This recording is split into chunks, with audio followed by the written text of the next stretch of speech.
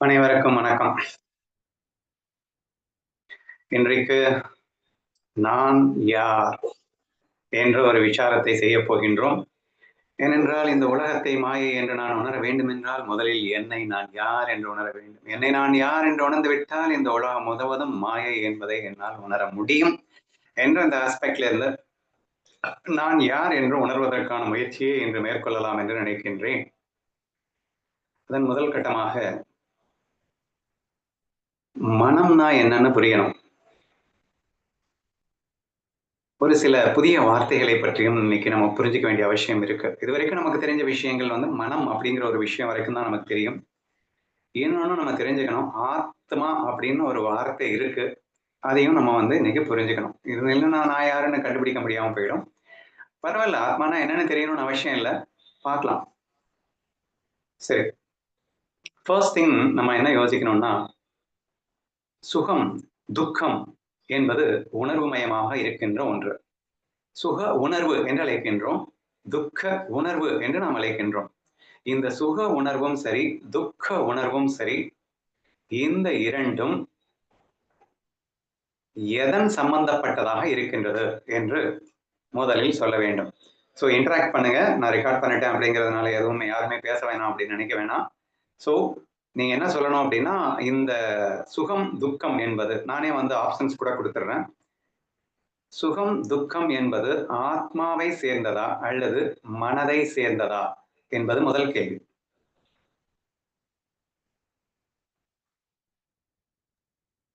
மனதை சேர்ந்தது.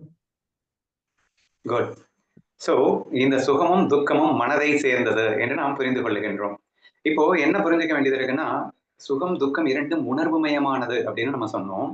ஆனா வேதம் எல்லாமே அந்த ஆகமம் என்ன சொல்லுது அப்படின்னா, ஆத்மா அப்படின்னு ஒரு பேரை கொடுத்து அது மட்டும்தான் உணர்வுமயமானதுன்னு சொல்லிட்டு இருக்கு. சரியா?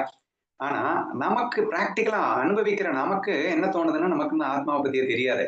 நமக்கு தெரிஞ்சதெல்லாம் இந்த மனசை பத்தி தானே தெரியும். என் மனசு கஷ்டப்படுது, நான் சந்தோஷமா இருக்கேன்னு சொல்லும் போதே என் மனசு சுகமா இருக்கு. சோ இந்த சுகமும் துக்கமும் முழுக்க முழுக்க நம்ம ஆன்மாவை சேர்ந்தது என்பதுதான் நம்மளுடைய அனுபவமாக இருக்கிறது. சரியா? அப்போ உணர்வுமயமான ஒன்று ஆன்மா என்று ஆகமம் சொல்கிறது. ஆனா நமக்கு என்னவோ உணர்வுமயமான ஒன்று மனம் என்பது போல் தோன்றுகிறது. சரியா? பின்ன ஏன் ஆகமம் அப்படி சொல்லிச்சு அப்படிங்கிற ஒரு விஷயத்த நம்ம அடுத்து ஆய்வு செய்ய வேண்டிய அவசியம் ஏற்படுகிறது அப்படின்னு பாக்குறோம். இப்போ இந்த மனம் என்பது உணர்வுமயமானதா அல்லது மனம் என்பது ஜடமானதா என்று நாம் புரியப்பட வேண்டும். அப்படி புரிஞ்சுக்கிட்டா மட்டும்தான் நம்ம இந்த மனசை தாண்டி இருக்கக்கூடிய ஏதாவது இருக்கான்னு அந்த ஆத்மாவை தேடி போக முடியும் இல்லையா? ஃபர்ஸ்ட் இந்த ஜடமா அப்படின்னு புரிஞ்சுக்கிறதுக்கு நம்ம ட்ரை பண்ணுவோம். அது எப்படி ஜடமா இருக்க முடியும்? அதுதான் நம்ம அனுபவிச்சுட்டு தானே இருக்கோம் அப்படின்னு ஜடம்னு சொல்லிட்டு இருக்க என்று நீங்க கேட்கலாம். ஆனா ஏன் இதை ஜடம்னு சொல்லலாம்னு எனக்கு தோணுது அப்படின்னு சொன்னா, இப்போ நான் சுகமா இருக்கேன். அதே செகண்ட்ல ஏதோ ஒரு விஷயத்த பார்த்து சுகமா இருக்கேன். அதே செகண்ட்ல அதே விஷயத்த நான் துக்கமாவும் மாத்துறேன். அதே மாதிரி துக்கம் சுகமா மாறுது, சுகம் துக்கமா மாறுது. அப்படின்னு ஒரு விஷயத்த நம்ம டெய்லி நம்ம அனுபவிச்சுட்டே இருக்கோம் இல்லையா?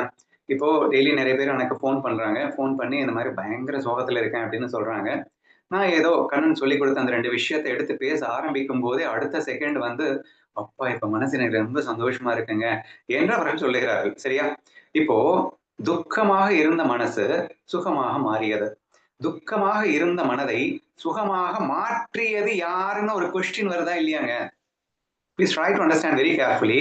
நான் என்ன சொல்றேன்னா, இந்த மனம்தான் சுகத்தையும் துக்கத்தையும் அனுபவிக்கிறது. ஆதலால் உணர்வுமயமானது இந்த மனமே என்று நீங்கள் சொல்வது உண்மை என்றால், அப்ப இன்னொன்னு ஏதோ ஒண்ணு இருக்கே. இத சுகமா அனுபவிச்சுட்டு இருந்த அந்த மனச துக்கமா அல்லது துக்கமா அனுபவிச்சுட்டு இருந்த அந்த மனச சுகமா மாற்றி அமைக்கக்கூடிய ஒன்று இருக்கு அப்படின்னு சொன்னா, அது என்னன்னு நம்ம யோசிக்கணும்ல. சரி, இத மாத்திக்க முடியுது அப்படின்னாலே, இதற்குன்னு ஒரு சுதந்திரம் இருந்தால், இத மாத்தவே முடியாதுல்ல. இந்த mind it self is an independent entity அப்படின்னு சொன்னா, இது இந்த இடத்துல சுகமா தான் இருக்கணும்னு இது முடிவு பண்ணிச்சுன்னா, வேற யாராலும் இத மாத்த முடியாது. இது துக்கமா தான் இருக்கணும்னு மனசு முடிவு பண்ணிடுச்சுன்னா, வேற யாரும் மாத்த முடியாது. ஆனால் இதை மாற்றுகின்ற ஒருவன் இருக்கின்றான் என்றால் அவன் மாற்றுகின்றவனுக்கு கைப்பாவையாக இந்த மனம் இருக்கின்றது என்றுதானே அர்த்தமாகின்றது என்று எனக்கு தோன்றுகிறது. சரியா? அப்படின்னா என்ன சொல்ல வரீங்க? Mind is a tool which someone is getting operated by it. அதாவது ஒரு மனதை கருவியாக கொண்டு எவனோ ஒருத்தன் ஆப்ரேட் பண்ற மாதிரி இல்லைங்க இருக்கு. அப்ப மனசுன்னா என்னையா சொல்ற அப்படின்னா, it is an expressing tool அப்படின்னு வேணா வச்சுக்கோங்க. அது என்னது? எக்ஸ்பிரஷிங் டூல். சுக உணர்வு துக்க உணர்வு மனம் அல்ல. சுக உணர்வையோ துக்க உணர்வையோ எக்ஸ்பிரஸ் பண்ணக்கூடிய ஒரு டூல் வந்து இந்த மைண்ட் அப்படின்னு சொல்லலாம்ல அப்படின்னு எனக்கு தோணுது. உங்களுக்கு டவுட் இருந்தா கேளுங்க. சரியா? சோ ஃபர்ஸ்ட் நம்ம என்ன ட்ரை பண்றோம் அப்படின்னா, மனதை தாண்டி இருக்கக்கூடிய ஆன்மாவை கண்டுபிடிக்க வேண்டும் என்றால் முதலில் மனதை தெளிவாக புரிந்து கொள்ள வேண்டியிருக்கின்றது. மனம் உணர்வுமயமானது என்று முடித்து விட்டால் அதுவே ஆன்மா அப்படின்னு சொல்லிட்டு போக வேண்டியதான் அப்புறம். பட் அப்படி இல்லை இல்ல, அது ஒரு ஜடமா தானே இருக்கு. ஜடமா இருந்தா மட்டும்தானேங்க, சுவிட்ச் ஜடமா இருக்க போய் தான் நீ போடுற, நீ அமுக்குற நேரத்துக்கு ஆன் ஆகுது, அமுக்குற நேரத்துக்கு ஆஃப் ஆகுது. ஆனா அந்த சுவிட்சுக்கு ஒரு உணர்வு இருந்தது அப்படின்னு சொன்னா, நீ ஆன் பண்ணா அது ஆஃப் ஆயிடும், நீ ஆஃப் பண்ணா அது ஆன் ஆகும். சரியா? அப்படித்தானே இருக்கணும். அப்படி இல்லை இல்ல, என்னுடைய மனதை என் கட்டுப்பாட்டில் நான் வைத்துக் கொள்ள முடிகிறதா இல்லையா? நான் சந்தோஷப்படணும்னு நினைச்சா சந்தோஷப்பட முடியுது, இன்ஸ்டன்ட்ல துக்கமா மாத்தணும்னு நினைச்சா துக்கப்பட மாத்த முடியுது.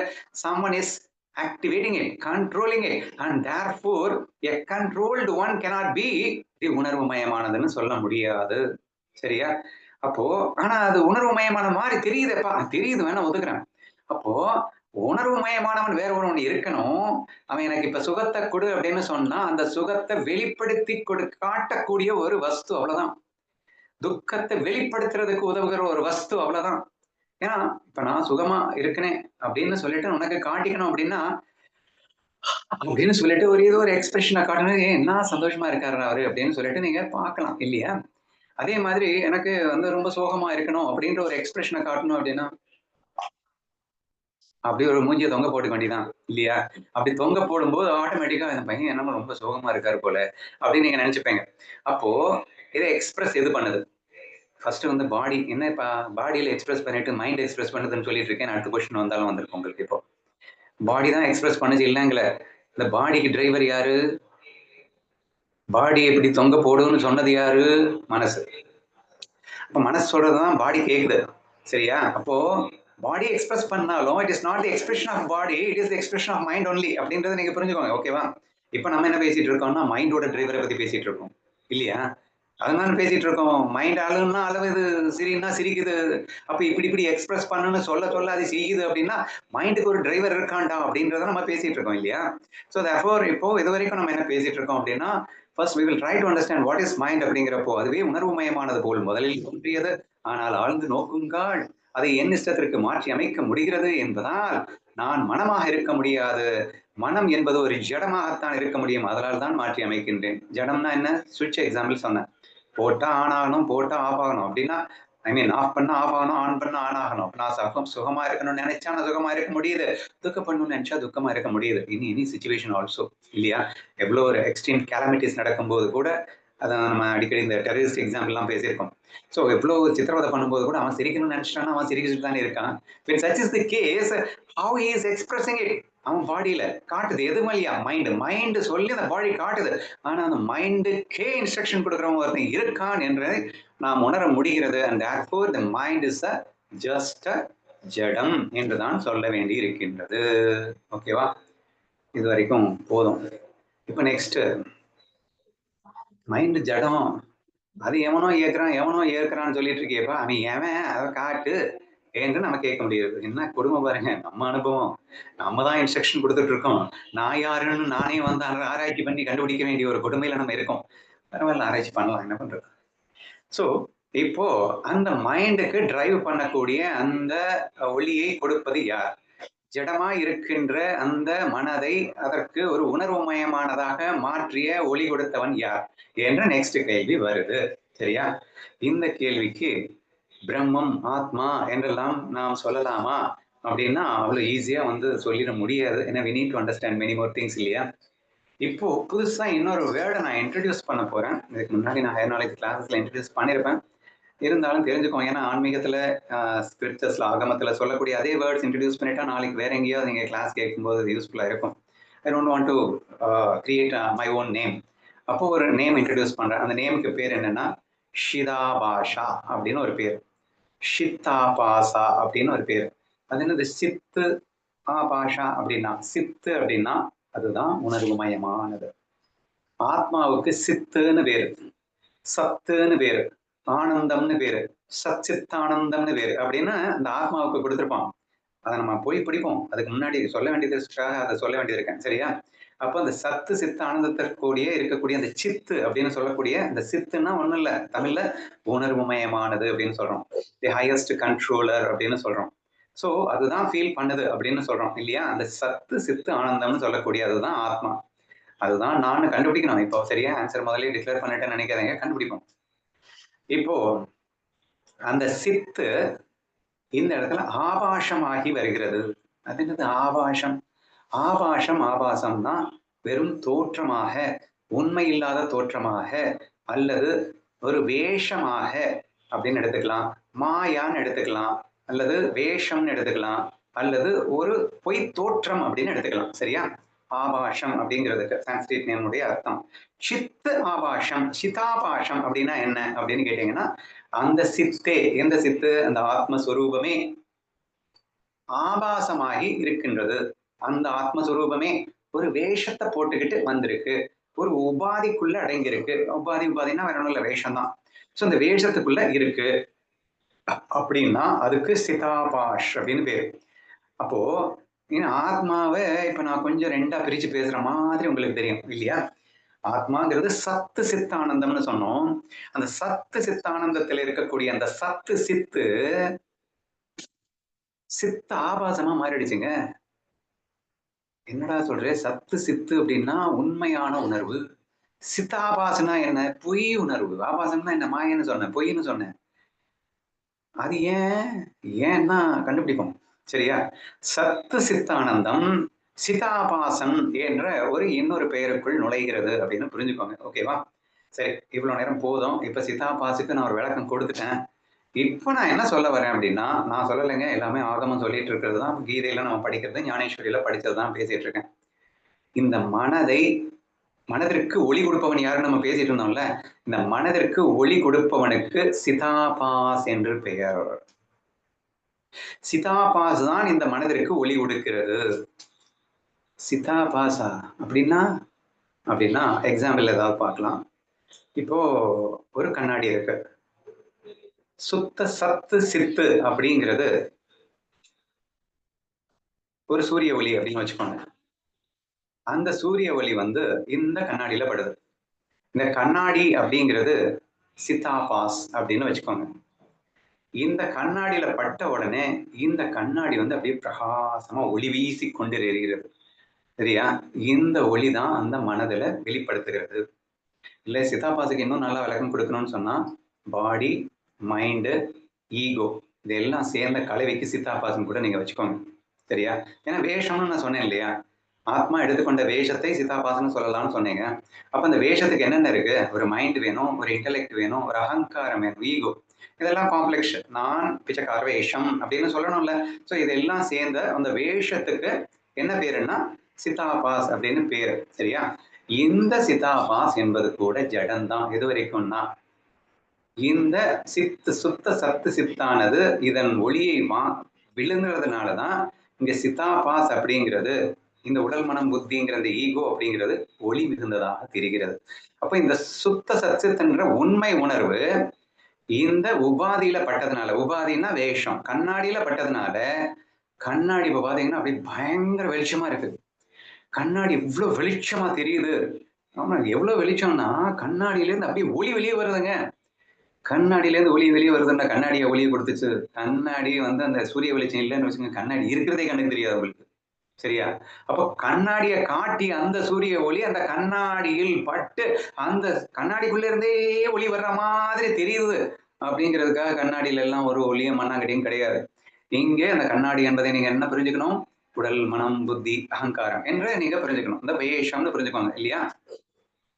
அப்போ இந்த உண்மை உணர்வானது அந்த சிதாபாசனத்தில் அல்லது வேஷத்திடத்தில் விழுந்தவுடன் அதற்கு ஒரு ஒளி வந்தது போல் நமக்கு தெரிகிறது. அதற்கு உணர்வுமயமாக தெரிகிறது. ஏன்னா சுக உணர்வு, துக்க உணர்வு, என் மனசு உணர்வு மயமா இருக்குன்னா உணர்வு மயமானவன் அப்படின்னு எல்லாம் நம்ம பேசிட்டு இருக்கோம். எதுக்குள்ள உட்காந்துக்கிட்டு பாடி மைண்ட் காம்ப்ளெக்ஸ்குள்ள உட்காந்துக்கிட்டு நம்ம பேசிட்டு இருக்கோம். நான் உணர்வு மயமானவன். ஆக்சுவலி இந்த உணர்வு என்பது அந்த சுத்த சித்தில் இருந்த கடன் வாங்கப்பட்ட ஒரு உணர்வு தான் என்பதை ஆகமம் நம்மை புரிந்து கொள்ள வலியுறுத்துகின்றது என்று புரிந்து கொள்ளுங்கள். சரியா? இதை கூட இன்னும் டெப்தா போகலாம். பட் இப்போதைக்கு அப்படி கண்டினியூ பண்றேன். சரியா? So this is the way the scriptures are explaining to us. Who are you அப்படின்னா, you are not this body, you are not this mind, and you are not this intellect, because these are all வேஷம், மாயா, உபாதி. இவைகள் எல்லாம் வெறும் ஜட வஸ்துக்கள். இவைகள் உண்மை அல்ல. இவைகள் அப்ப உண்மைன்னா என்னது அப்படின்னா, அது சுத்த சித்தாக இருக்கக்கூடிய அந்த ஆத்மஸ்வரூபம். அதன் ஒளி இதன் மேல் பட்டதன் விளைவு இதுக்கு ஒளி வந்தா போல் தெரிகிறது. ஆதலால் இந்த உடல் மனம், அதாவது பொய்யாக இருக்கின்ற இந்த உடல் மனம் புத்திக்கு வேறாக இருக்கின்ற அந்த சுத்த சித்தே நான் உண்மையில் இது பொய்யா, அதுவே இது பொய்யாக இங்கே தோற்றமளித்துக் கொண்டிருக்கிறது என்று புரிந்து கொள்ள முயற்சி செய்யுங்கள். சரியா? ஸோ இதில் நான் நிறைய டவுட்ஸ் கேட்டு அதுக்கு உண்டான விளக்கத்தை கொடுக்குறேன். ஸோ இது வந்து ஆகமும் நேரடியாக அதுக்கு கொடுத்த விளக்கம். ஓகேவா?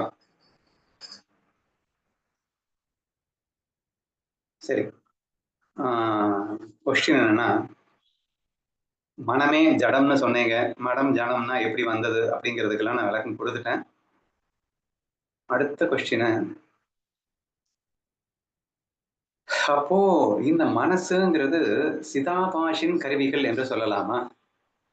அதாவது சுத்த சித் என்ற உண்மை உணர்வு ஒரு பொய் உணர்வாக வேஷத்தில் வந்தது. அந்த பொய் உணர்வுக்கு, அந்த பொய் உணர்வை வெளிப்படுத்துறதுக்கு நான் முதல்ல சொன்னேன்ல, எவனோ ஒருத்தன் வந்து சுகப்படு அப்படின்னு சொன்ன உடனே இந்த சுகத்தை வெளிப்படுத்துறதுக்கு தான்டா இந்த மனசு தேவை. அந்த எண்ணங்களை வச்சு இந்த சுகத்தை வெளிப்படுத்தி காட்டுறதுக்கு இந்த உடலும் மனசும் தேவை. எக்ஸ்பிரஸ் பண்றதுக்கு it's and body and mind are nothing but an expressing tool. Expressing tool for whom அப்படின்னு கேட்டா அது சிதாபாஸ் என்று நாம் சொல்லலாமா என்று நாம் பார்க்க வேண்டும். சரியா? ஸோ ஃபர்ஸ்ட் நம்ம என்ன புரிஞ்சுக்கிறோம்னா, இந்த body mind intellect is all jesting but tool அப்படின்னு புரிஞ்சுக்கணும். அந்த டூலை பயன்படுத்துறவன் யார் அப்படின்னா, சுத்த சித்து ஆனந்தம் பயன்படுத்துதுன்னு சொல்லக்கூடாது. சுத்த சித்து வந்து ஒரு வேஷத்துல பட்டதும் அந்த வேஷம் பயன்படுத்துகிறது என்று சொல்லலாம். இந்த வேஷத்துக்கு நான் என்ன சொல்லிட்டேன்னா சிதாபாசன்னு ஒரு பேரை கொடுத்துட்டேன்.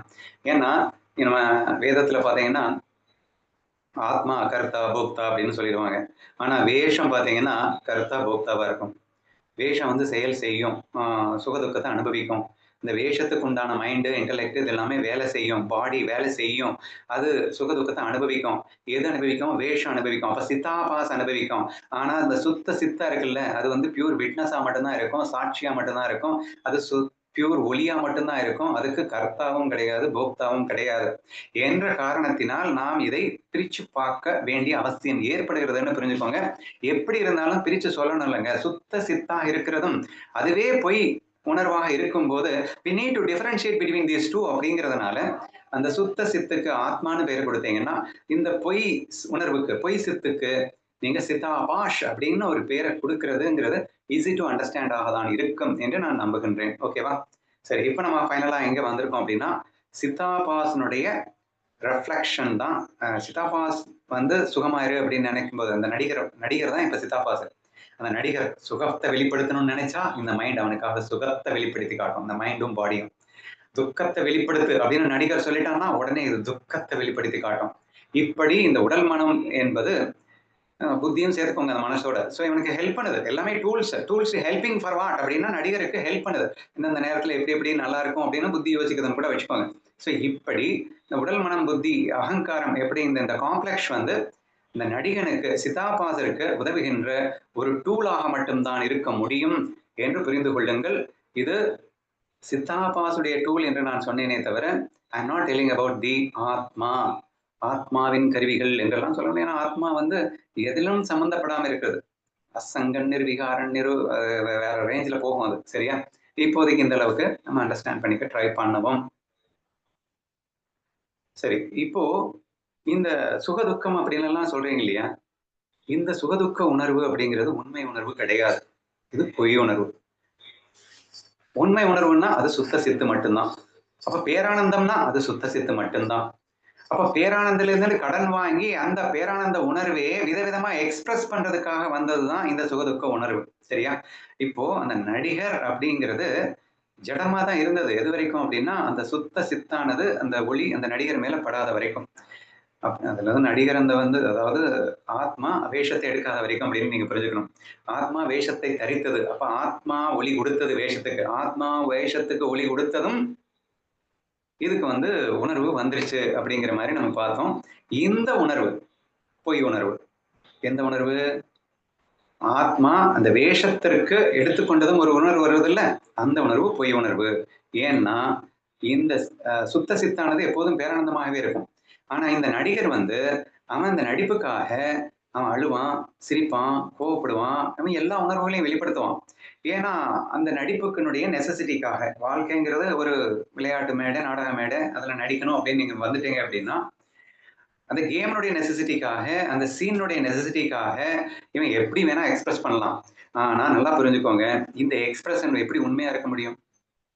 இந்த நடிகர் யாருன்னா அவங்ககிட்ட இருந்து உண்மை உணர்வில் இருந்து கடன் வாங்கப்பட்ட ஒரு உணர்வு அப்படின்னு சொன்னோம். அப்ப அந்த உணர்வு ஒரிஜினல் உணர்வு. அந்த ஒரிஜினல் உணர்வே பொய்யாக இங்கே வெளிப்படுத்தி மகிழ்கின்றது அப்படிங்கிறதுக்காக அந்த சிதாபாஸ் என்பது பொய் உணர்வைத்தான் வெளிப்படுத்தும் என்று புரிந்து கொள்ள வேண்டும். Even though Chidabhas is nothing but original conscious. இங்க ரொம்ப கன்ஃபியூஷன் ஆகிடக்கூடாது. ஒரிஜினல் கான்சியஸ் வேற, சிதாபாஸ் வேறன்னு கூட நினைச்சிடக்கூடாது. ஒரிஜினல் கான்சியஸே தான் இப்ப நடிகர் வேஷத்துல இருக்கு. ஒரிஜினல் கான்சியஸே தான் நடிகரா வந்திருக்கு அப்படின்னு புரிஞ்சுப்பாங்க. அப்ப அந்த ஒரிஜினல் கான்சியஸும் நடிகர் கான்சியஸும் ஒண்ணுதானே அப்படின்னு சொல்ல தோணும். ஆனாலும் நம்ம சொல்ல முடியல. ஏன்னா நடிகர் மட்டும்தான் கர்த்தா பக்தாவா இருக்கான். நடிகர் வந்து அவனுக்குன்னு அந்த ஒரு லிமிட்டட் பவரோட அவன் வந்து இருக்கான். பட் அது வந்து அன்லிமிட்டெட் கான்சியஸ்னஸோட இருக்கு. இது லிமிட்டட் கான்சியஸோட இருக்கு. அதாவது இதை எப்படி புரிஞ்சுக்கலாம் அப்படின்னு சொன்னா ஈவன் தோ சுத்த சித்தும் ஷிதாபாசும் ஒன்றுதான், ஆனால் தெளிவாக புரிந்து கொள்ள வேண்டும். அந்த டிஃபரன்சியேஷனை நீங்க தெளிவா புரிஞ்சுக்கணும். என்ன டிஃபரன்ஸ் அப்படின்னு சொன்னா சுத்த சித்து அப்படிங்கிறது அன்லிமிட்டட் கான்சியஸ்னஸாக இருக்கும். இந்த சிதாபாஸ் என்பது லிமிட்டட் கான்சியஸாக இருக்கும். அப்ப அன்லிமிட்டட் கான்சியஸ் லிமிட் ஆயிடுச்சா? இந்த கேள்வியெல்லாம் நான் கேட்டிருக்கேன் அந்த கொஸ்டின்ல. அன்லிமிட்டட் கான்சியஸ் லிமிட் ஆயிடுச்சா அப்படின்லாம் கேட்கக்கூடாது. அன்லிமிட்டட் கான்சியஸ்னஸ் வந்து கண்ணாடியில பட்டு பிரதிபலிக்கும் போது எனக்கு அந்த பிரதிபலிக்கின்ற கான்சியஸ்னஸ் வந்து லிமிட்டடா தான் இருக்கு. அப்படிங்கிறதுக்காக அன்லிமிட்டட் கான்சியஸ் லிமிட் ஆயிடுச்சுன்னு சொல்லலாமா? அது அன்லிமிட்டடாவே தான் இருக்கும் எப்பயுமே. அது இதன் மேல படும்போது இந்த இடத்துல இந்த வேஷத்துல அது லிமிட்டட் மாதிரி தெரியுது அப்படின்னு வேணா நீங்க வச்சுக்கலாம் இல்லையா? ஏன்னா இது எல்லாமே மாய தானே, வேஷம்ங்கிறதே மாய தானே. அப்போ அந்த அன்லிமிட்டட் லிமிட்டட் போல் தோற்றமளிக்கும். ஆனால் உண்மையில் அது அன்லிமிட்டட் தான். ஏன்னா அன்லிமிட்டட் அந்த கான்சியஸ் அந்த கான்சியஸாவே தான் இருக்கு. அது இந்த வேஷத்துல படுகின்ற காரணத்தினால் அது லிமிட் ஆனது போல் நமக்கு தோன்றுகிறது. அப்படிங்கிறதுக்காக அந்த ஆத்மா சுத்த சத்து சித்தானது சித்தாபாஸ்ல விழுந்த உடனே அது லிமிட் ஆயிடுச்சுன்னு நினைச்சிடாதீங்க. அது எப்பயுமே அன்லிமிட்டட் தான். இந்த அதுவும் சித்தாபாசும் ஒண்ணுதான். ஆனாலும் இது லிமிட்டட் தான். ஐ டோன்ட் நோ கரெக்டா எக்ஸ்பிளைன் பண்றேன்னு எனக்கு தெரியல. Please try to understand it very carefully. The limited and unlimited consciousness அப்படிங்கிறத நீங்க தெளிவா புரிஞ்சுக்கணும். ஏன்னா நிறைய பேர் என்ன தப்பா புரிஞ்சுப்பாங்க அப்படின்னா அந்த ஆத்மா வந்து வேஷம் போட்டு வந்துடுச்சு அப்படின்னா ஆத்மா தன்னுடைய அன்லிமிட்டட் கான்சியஸை இழந்துட்டு லிமிட் ஆயிடுச்சாக்கும் அப்படின்னு தவறா புரிந்து கொள்ளக்கூடாது என்பதற்காக சொல்லுகின்றேன். ஆத்மா எப்போதும் அன்லிமிட்டட் கான்சியஸ் தான், அதுல ஒன்றும் மாற்றுக்கிறதே கிடையாது. ஆனால் அதுவே ஒரு வேஷமாக வரும்போது அந்த அன்லிமிட்டட் கான்சியஸ்னஸே தான் லிமிட்டட் போல் ஒரு ஏன்னா உபாதி எடுத்துருச்சு. இப்போ ஒரு ஒரு உருவத்துக்குள்ள நான் வேஷம் போட்டு வந்துட்டேன் அப்படின்னா அந்த உருவத்துக்கு ஏற்ற மாதிரி தான் நான் ஆக்ட் பண்ணி ஆகணும். ஒரு பெரிய ராஜாவே இருக்கலாங்க. அந்த ராஜா ஒரு பிச்சைக்கார வேஷம் போட்டுட்டான் அப்படின்னா ராஜாவுக்கு அன்லிமிட்டட் பவர் இருக்கு. அவன் உத்தரவு போட்டா என்ன வேணா நடக்கும். ஆனா அவன் பிச்சைக்கார வேஷம் போட்டு மேடையில நடிக்க வந்த பிறகு எனக்கு அன்லிமிட்டட் பவர் இருக்கு அப்படின்னு அவன் சொல்லலாமா? அவனுக்கு அவன் சொல்றது எவனுமே கேட்க மாட்டான் அப்படின்னு தான் சொல்ல வேண்டியது இருக்கு. அப்போ அவனுடைய பவர் லிமிட் ஆயிடுச்சு அப்படின்னு சொல்ல வேண்டியது இருக்கு.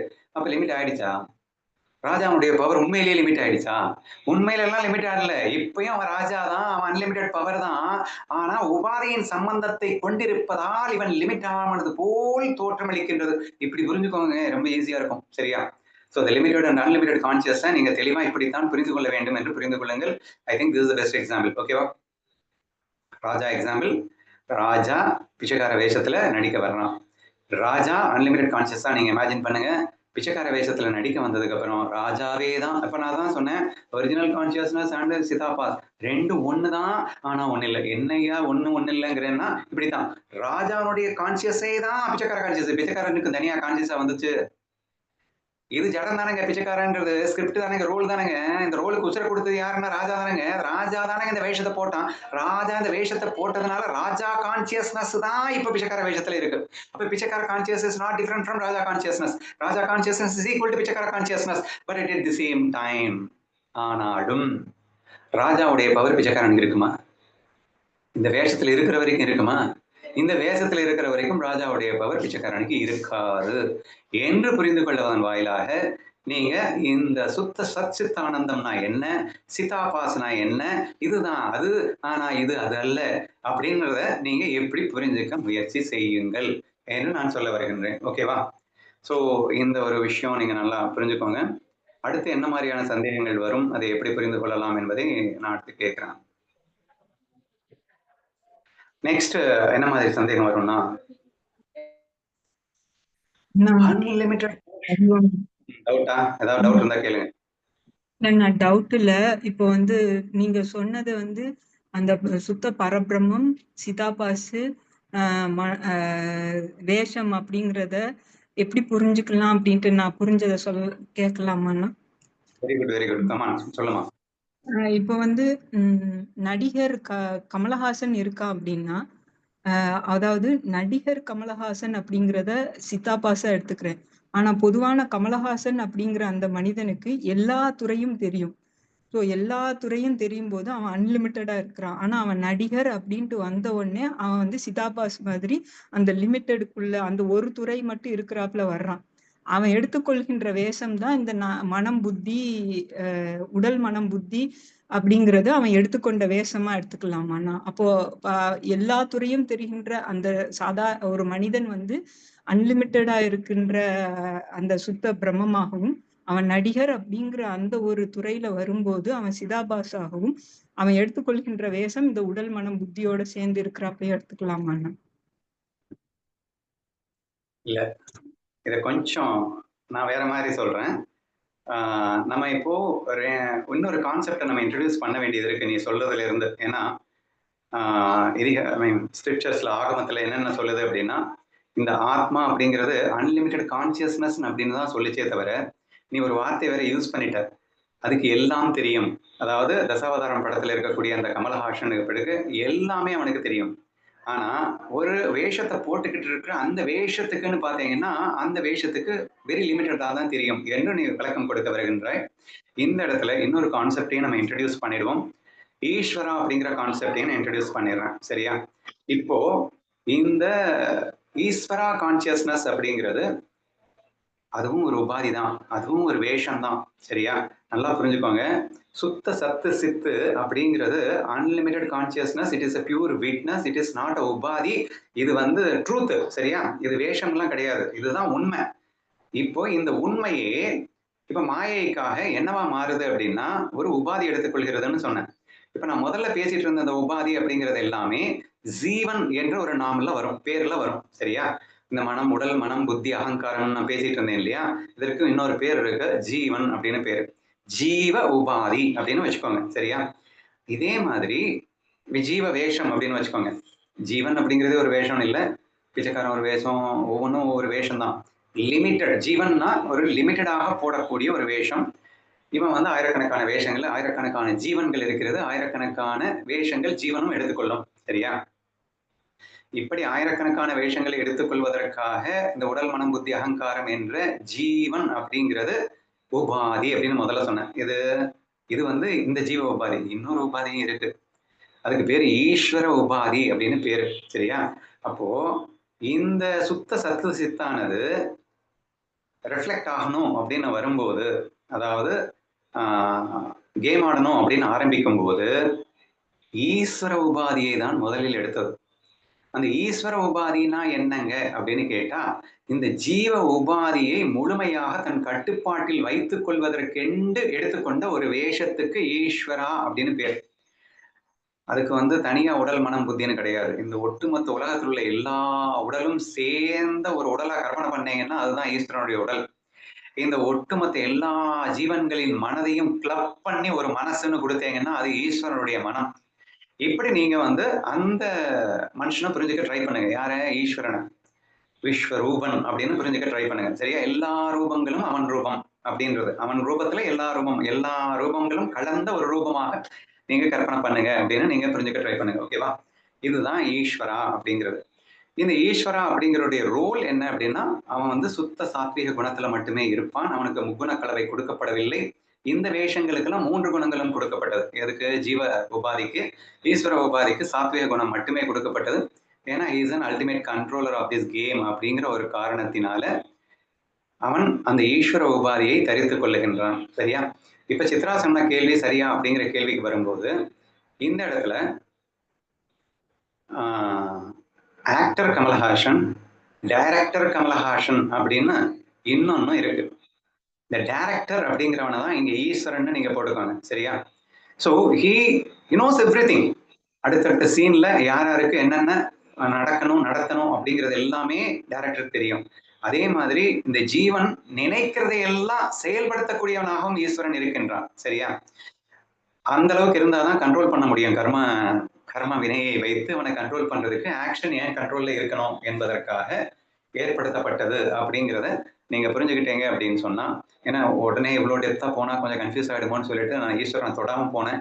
பட் அவங்க கேள்வி கேட்கும்போது என்ன கேட்டுட்டாங்க அப்படின்னா இப்படி எடுத்துக்கொள்ளலாமா அப்படின்னு பார்க்கும்போது அனைத்தும் தெரியுமா அப்படின்னு ஒரு கேள்வி வந்துருச்சு. இந்த சுத்த சித்து இருக்குல்ல, இதுக்கு ஒண்ணுமே தெரியாதுங்க. ஏன்னா மாயையின் அப்பாற்பட்டது, மாயையின் கலப்பில்லாமல் இருப்பதற்கு தான் சுத்த சத்து சித்து ஆனந்தம்னு பேரு. சரியா? ஆனா மாயையின் கலப்போடு இருக்கிறதா அதுதான் இது இல்லைன்னு இல்ல. அதுதான் மாயையின் கலப்போட ஈஸ்வர உபாதியாகவும் ஜீவ உபாதியாகவும் இருக்கின்றது அப்படின்னா கூட இந்த விஷயம் தெரியும் தெரியாதுன்னு விஷயம் சொன்னீங்கல்ல, இந்த ஜீவன் அப்படிங்கிறது வெரி லிமிடெட் கான்சியஸ். அவனுக்கு ரொம்ப தெரிஞ்சதெல்லாம் வந்து ரொம்ப ரொம்ப கம்மி. ஆனா யாருக்கு? ஈஸ்வரனுக்கு அன்லிமிட்டெட் கான்சியஸ்னஸ் கொடுக்கப்பட்டிருக்கிறது. அகெயின் சுத்த சித்த சச்சித்தானந்தம் அப்படிங்கிற அந்த கான்சியஸ்ல இருந்து கடன் வாங்கப்பட்ட ஒரு கான்சியஸ் தான் ஈஸ்வரா கான்சியஸும். சரியா? அகெயின் இதையும் லிங்க் பண்ண வேண்டாம். இது உபாதி, அது உபாதி அற்றது. ஸோ தேர்ஃபோர் ஈவன் ஈஸ்வரா அப்படின்னுட்டா கூட இந்த எல்லா ஜீவன்கள் அறிந்ததையும் அந்த ஈஸ்வரன் தெரிந்து கொள்வான் அவ்வளவே தவிர மற்றபடி இந்த ஈஸ்வரனும் சுத்த சித்தான அந்த பரபிரமும் ஒன்று அல்ல என்று நீங்கள் புரிந்து கொள்ள வேண்டும். ஏன் இதை நான் சொல்ல வேண்டியது வந்தது அப்படின்னா அந்த பரபிரம்மம் அப்படிங்கிறது அகர்த்தா அபோக்தா. அதுக்கு ஒண்ணுமே தெரியாது. It doesn't know anything at all.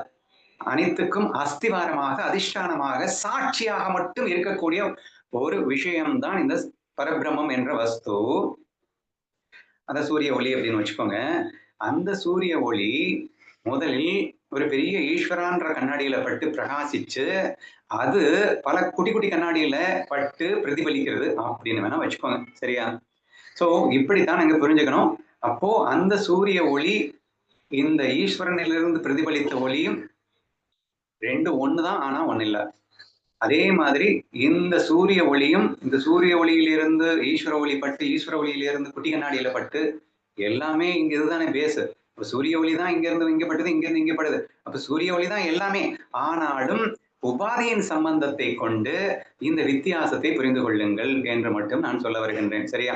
ஏன்னா இந்த லிமிடெட் கான்சியஸ்னஸ் அன்லிமிடெட் கான்சியஸ்னஸ் அப்படிங்கிற பேச்சு வரும்போது even though they're all one and the same, ஆனால் ஒன்றல்ல என்பது எதற்காகன்னா அது உண்மை என்பதால், இது பொய் என்பதால். பொய் என்பதற்காக உபாதி வந்துருச்சு. உபாதி வந்துருச்சுன்னாலே அது லிமிட் ஆகித்தான் ஆகணும். ஆட்டோமேட்டிக்கலி அன்லிமிட்டெட் கான்சியஸாக இருக்கின்ற அதுவே உபாதியின் சம்பந்தத்தை கொண்டு அது லிமிட் ஆகிவிட்டது. அது போத் ஈஸ்வராவும் நீங்க சச்சித்தானந்தம் அப்படிங்கிற அந்த அன்லிமிட்டெட் கான்சியஸை கம்பேர் பண்ணீங்கன்னா ஈஸ்வரா கான்சியஸும் லிமிட்டெட் தான். Jeeva conscious negligible, very very limited அப்படின்னு வேணா வச்சுக்கோங்க. சரியா? So this is the way limited and unlimited என்ற அந்த விஷயத்தை பரபிரம்மம் அப்படிங்கிற அந்த விஷயத்தையும் இந்த அதுவே இங்கே உபாதிகளோடு வரும்போது அது என்னவாக மாறி வருகின்றது என்ற விஷயத்தையும் நீங்கள் புரிந்து கொண்டால் சரியாக இருக்கும் என்று நினைக்கின்றேன். சித்ராவுக்கு ஓரளவு புரிஞ்சிருச்சா? வேற ஏதாவது டவுட்ஸ் இருந்தா கேளு. புரிஞ்சிருச்சுண்ணா. இப்போ வேற டவுட்? தீபிகா? அண்ணா இதுக்கு எக்ஸாம்பிளா வந்து இப்ப சூரியன் வந்து சோலார்ல விழும்போது எலக்ட்ரிசிட்டியாவும் அதே சூரியன் வந்து ஆஹ் ஒரு செடியில விழும்போது போட்டோசிந்தசிஸாவும் மாறுது அப்படிங்கிற மாதிரி நம்ம எடுத்துக்கலாம் இல்லைன்னா உபாதி. Okay, good example. So it automatically gets limited. Solar energy, sun energy தான் இங்க வந்து ஒரு செல்ஸ், சோலார் செல்ஸ் எல்லாம் மேல வச்சுட்டு இன்னைக்கெல்லாம் ரொம்ப பாப்புலர் ஆயிட்டு வருது. அதனுடைய எனர்ஜியை வச்சு எலக்ட்ரிசிட்டியா கன்வெர்ட் பண்ணி அல்லது சுடுதண்ணி வைக்கிறதுக்கு இதெல்லாமே வந்து நம்ம யூஸ் பண்ணிட்டு இருக்கோம். பட் சூரிய பிரகாசம், சூரியனுடைய ஹீட்டு, அந்த ஹீட்டு தான் இந்த ஹீட்டு, அந்த ஹீட்டு தான் வந்து தனியா ஹீட் பண்ணிச்சு. ஆனா அந்த ஹீட்டு இந்த ஹீட்டு ஒன்னாயிடுமா? ஆனா அந்த ஹீட்டு இந்த ஹீட்டு தான். நல்ல எக்ஸாம்பிள் தான். சிமிலர்லி அந்த சூரிய ஒளியை தான் செடியில் பட்டு போட்டோசிந்தசிஸ் ஆக மாதிரி ஒரு எனர்ஜி வருது. ஒரு காய்கறி வந்துச்சு, காய்கறியுடைய எனர்ஜி, ஒரு கத்திரிக்காவுடைய எனர்ஜி எவ்வளவு, சூரியனுடைய எனர்ஜி எவ்வளவு. சூரியனுடைய எனர்ஜி எனார்மஸ், அது வந்து கணக்கிலே எடுக்க முடியாது, சரியா? ஆனா அது ஒரு உபாதியின் சம்பந்தப்படும் போது, ஒரு உபாதியின் சம்பந்தத்தை எடுத்துக்கொள்ளும் போது அதுவே லிமிட் ஆனது போல் நமக்கு தோற்றம் அளித்துக் கொண்டிருக்கிறது என்பதை புரிந்து கொள்ளலாம். இட்ஸ் a good example தான். So this is the way அப்படி அண்டர்ஸ்டாண்ட் பண்ணிக்கோங்க. பட் ஸ்டில் கத்திரிக்காய் சூரியன் இல்ல, சூரியன் இல்லாம வர முடியாது. அப்ப சூரியனே தான் கத்திரிக்காயே வந்திருக்கு. இந்த தண்ணி எப்படி சூடாச்சு? சூரியன் தான் சூடுபட்டுச்சு. சூரியனுடைய ஹீட் வேற, இது தனி ஹீட் எல்லாம் அதுதான் இது. ஆனாலும் அந்த ஹீட் இந்த ஹீட் ஆக முடியாது. ஏன்னா இந்த உபாதிக்கு ஏத்த மாதிரி இந்த ஹீட் கம்மியா இருக்கிற மாதிரி தான் இருக்கும், அது எனார்மஸா இருக்கிற மாதிரி தான் இருக்கும் என்று புரிந்து கொள்ளலாம் என்று நினைக்கின்றேன். வேற எதுவும் யாருக்காவது டவுட்ஸ் இருக்கா? ஆனா எலக்ட்ரிசிட்டி எக்ஸாம்பிள்ஸ் என்ன ஈஸியா இதுல அண்டர்ஸ்டாண்ட் ஆகணும். 9 வாட்ஸ் 12 வாட்ஸ் பல்பு, அப்புறம் வந்து ஃபேனுக்கு ஒரு மாதிரி, அப்புறம் ஏசில இருந்து டிசிக்கு கனெக்ட் பண்றதுக்கு ஒரு மாதிரி, எல்லாமே எலக்ட்ரிசிட்டியாவே இருந்தாலும் அதனோட ஃபங்க்ஷன் வந்து டிஃப்ரெண்டா இருக்கும் அப்படிங்கிறது. Very good example, very good example. Thanks to you. என்ன சொல்ல வர்றேன் அப்படின்றத சொல்லிடுறேன். நோ வாட்ஸ் பல்ப் அப்படின்னு சொல்லுவோம். நோ வாட்ஸ்ங்கிறதுக்காக 0 வாட்ஸ் கிடையாது. மேபி 1 or 2 வாட்ஸ் அப்படிங்கிறத நோ வாட்ஸ்ன்னு சொல்லுவாங்க. 5 வாட்ஸ் 6 வாட்ஸ். இன்னைக்கு வந்து முன்னாடிலாம் வந்து ஃபிலமெண்ட் பல்ப் இருக்கும்போது 100 வாட்ஸ் அப்படிங்கிறது ரொம்ப பெருசா இருக்கும். ஆனா அந்த 100 வாட்ஸ் பல்பை இன்னைக்கு வெறும் 10 வாட்ஸ் எல்இடி பல்பே கொடுக்க ஆரம்பிச்சிருக்கு. இன்னைக்கு வந்து 100 வாட்ஸ் பல்ப்லாம் எல்இடியில் போட்டோம்னா அதை விட 100 டைம்ஸ் பிரகாசமா இருக்கிற மாதிரி இருக்குன்னு வச்சுக்கோங்க. சரி, அவுட் ஆஃப் சிலபஸ், நம்ம காட்சிக்கு வந்துடலாம். நீங்க அவ என்ன சொல்ல வரேன்னா அற்புதமான ஒரு விளக்கம். எலக்ட்ரிசிட்டி அப்படிங்கிறத நீங்க பரபிரமமா வச்சுக்கோங்க. அந்த எலக்ட்ரிசிட்டியே தான் உபாதியின் சம்பந்தத்தை கொண்டு அந்த பவர் வந்து வெளிப்படுகிறது. அப்ப 5 வாட்ஸ் பல்பு எதை வெளிப்படுத்துச்சு?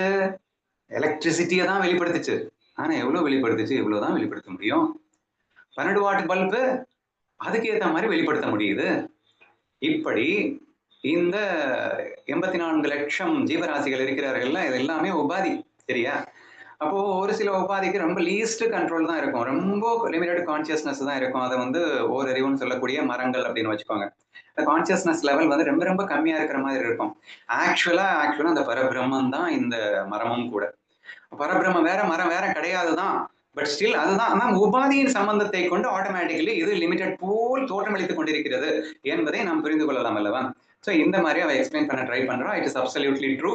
ஸோ இந்த எலக்ட்ரிசிட்டி அப்படிங்கிறத நீங்க பரபிரமமாக எடுத்துக்கொண்டால் இந்த உபாதியின் சம்பந்தத்தை கொண்ட ஈஸ்வரா அப்படிங்கிறத வேணா நீங்க 1000 வாட்ஸ் பல்பா வச்சுக்கோங்க, இல்ல 10 வாட்ஸ் இருக்கிறது எல்லாமே ஜீவனா வச்சுக்கோங்க. இப்படியும் கூட நீங்கள் புரிந்து கொள்ள முயற்சித்தால் சரியாகவே இருக்கும் என்று நினைக்கின்றேன். சரி, இப்ப இந்த இடத்துல அடுத்து வரக்கூடிய சில முக்கியமான டவுட்ஸ், சரியா? எனக்கு இந்த மாதிரி டவுட்ஸ் நிறைய வந்ததுனால உங்களுக்கு வந்துடக்கூடாதுன்னு நானாவே டவுட்டை கிளப்பி அதையும் சேர்த்து கிளாரிஃபை பண்ணிடுறேன். என்ன தோணும் அப்படின்னா, அந்த எலக்ட்ரிசிட்டியினுடைய போர்ஷன் பகுதி இந்த உபாதி அப்படின்னு சொல்லக்கூடாது அப்படிங்கிறேன், சரியா? நீங்க அந்த பரபிரம்மத்தை பிரிக்கவே கூடாது. பரபிரம்மம் எல்லையற்றதாக இருக்கும்போது அதுக்கு பரபிரம்மம்னும், அந்த பரபிரம்மே ஒரு எல்லைக்குள் வரும்போது அது வந்து ஜீவன் என்றும் ஈஸ்வரன் என்றும் சொல்லலாமா அப்படின்னு கேட்டீங்கன்னா பரபிரம்மம் என்னைக்குமே எல்லையற்றதா தான் இருக்கும். அது எல்லைக்குள்ள வரவே வராது. இப்பதான் சொன்ன உபாதியின் சம்பந்தத்தினால அது எல்லைக்குள்ள வந்துருச்சு அப்படின்னு சொல்லிட்டு, அப்ப அது குறைஞ்சிருச்சு இல்லன்னு நீயே ஒத்துக்கிட்டே இல்ல. அது குறையலைங்க, அது அப்படியே தாங்க இருக்கு. அப்போ எலக்ட்ரிசிட்டி வந்து தன்னுடைய பவர் கம்மியாயிடுச்சா என்ன? எலக்ட்ரிசிட்டியினுடைய அந்த என்ன பவரோ அந்த பவர் அப்படியே தான் இருக்கு. உபாதியின் சம்பந்தத்தால் அது வெளிப்படுத்தும் போது அது கம்மியாக உன் கண்களுக்கு தெரிகிறது என்பதற்காக இந்த உபாதியின் சம்பந்தத்தை ஏற்படுத்தியதால் பரபிரமே சுருங்கிவிட்டது என்று நீங்கள் சொல்லக்கூடாது. அது உபாதியின் சம்பந்தத்தோடு இருந்தாலும் சரி, உபாதியின் சம்பந்தமற்று இருந்தாலும் சரி, பரபிரம்மம் எப்போதும் பரபிரம்மே. அதனுடைய சத்து சித்து ஆனந்த சுரூபத்திற்கு எந்த பங்கமும் எந்த வில்லங்கமும் எப்போதும் எந்த சூழ்நிலையிலும் வராது. அது மாயையின் சம்பந்தத்தில் இருந்தாலும் சரி, மாயையின் சம்பந்தம் அற்று இருந்தாலும் சரி, அது எப்போதும் மாறுதலற்றதாக ஒரே மாதிரியாக அது இருந்து கொண்டேதான் இருக்கும் என்ற ஒரு தத்துவத்தையும் புரிந்து கொள்ள முயற்சி செய்யுங்கள். டவுட் இருந்தா கேட்டுருங்க, சரியா? நான் என்ன சொல்லிட்டு இருக்கேன்னா, ஏன்னா நமக்கு இந்த டவுட் வரும். அப்போ ஞானிங்கிறவன் வந்து தேசத்துக்குள்ள வந்துட்டான் அப்படின்னா அவன் அன்லிமிடெட் கான்சியஸ்னு சொல்லக்கூடாது இல்லைங்க. அவன லிமிடெட் கான்சியஸ் தான். என்ன இருந்தாலும் வேஷத்துக்குள்ள வந்துட்டானுங்க, ஞானியாவே இருக்கட்டுங்க, ஆனா வேஷத்துக்குள்ள இருக்கான இல்லைங்க, அதனால அவனை லிமிடெட் கான்சியஸ் தானங்க சொல்லணும் என்று நீங்கள் கேட்கக்கூடாது. ஞானின்னு வந்துட்டாலே அவன் அன்லிமிடெட் கான்சியஸ்னஸ் தான். இன்ஃபேக்ட் நீயும் அன்லிமிடெட் கான்சியஸ்னஸ் தான், but you are not understanding it. நீ அதை உணரல, அவ்வளவுதான். ஞானிங்கிறவன் அதை உணர்ந்துட்டான். அப்ப இங்க இருக்கிறது எல்லாமே அன்லிமிடெட் பரபிரம்மா கான்சியஸ்னஸ் மட்டும்தான் என்றுதான் நீங்கள் புரியப்பட வேண்டும். இங்க பிரம்மத்தை தவிர எதுவுமே இல்லை என்றுதான் உணர வேண்டும் என்பதை புரிந்து கொள்வதற்காக நான் சொல்லிட்டு இருக்கேன். So you never become a limited even if you take as an உபாதி. இதை எப்படி புரிஞ்சுக்கலாம்? அகைன் இவனையே புரிஞ்சுக்கலாம், இந்த ராஜா பிச்சைக்கார எக்ஸாம்பிளே புரிஞ்சுக்கலாம். இந்த எக்ஸாம்பிள் சொன்னதுக்கு அப்புறம் கேளு. வேற ஏதாவது எக்ஸாம்பிள் இருந்தா உங்களுக்கு தோணுனா கூட நீங்க சொல்லுங்க. ராஜா அன்லிமிடெட் கான்சியஸ்னஸ் தானே. பிச்சைக்கார வேஷம் போட்டவன் அவன் கான்சியஸே லிமிட் ஆயிடுமா என்ன? உபாதியின் சம்பந்தத்தை கொண்டு அந்த அன்லிமிட்டெட் கான்சியஸை தான் லிமிட்டடாக வெளிப்படுத்துகிறது. இது வெளிப்படுத்துவது லிமிட்டடாக தருகேன் பேச்ச எவனும் கேட்க மாட்டான் அப்படிங்கிறது உண்மைதான். ஆனா அதுக்காக இவனுடைய கான்சியஸே லிமிட் ஆயிடுச்சுன்னு அர்த்தமா? ராஜா அந்த பவர் தான் பிச்சைக்காரனா இருக்கும் போதும் அதே பவர் தான் இவனுக்கு. அப்ப ட்ரூத்ல பாத்தீங்கன்னா வேஷத்துக்காக மட்டும்தான் கம்மியான மாதிரி தெரியுது அப்படின்னு சொல்றாங்க. அதனாலதான் நம்ம வந்து இந்த உபாதின்னு சொல்லும் போது மாயான்னு சொல்லும் போது இது சும்மா நாச்சுக்கும். இப்போ பொய்க்காக அது குறைஞ்சது. அப்போ உண்மையில பார்த்தா எங்கேயும் எதுவும் குறையவே இல்லைங்க, அது எப்பயுமே தான் இருக்கும். சரியா? அந்த ராஜா பிச்சைக்கார வேஷம் போட்டுட்டு இருக்கான்.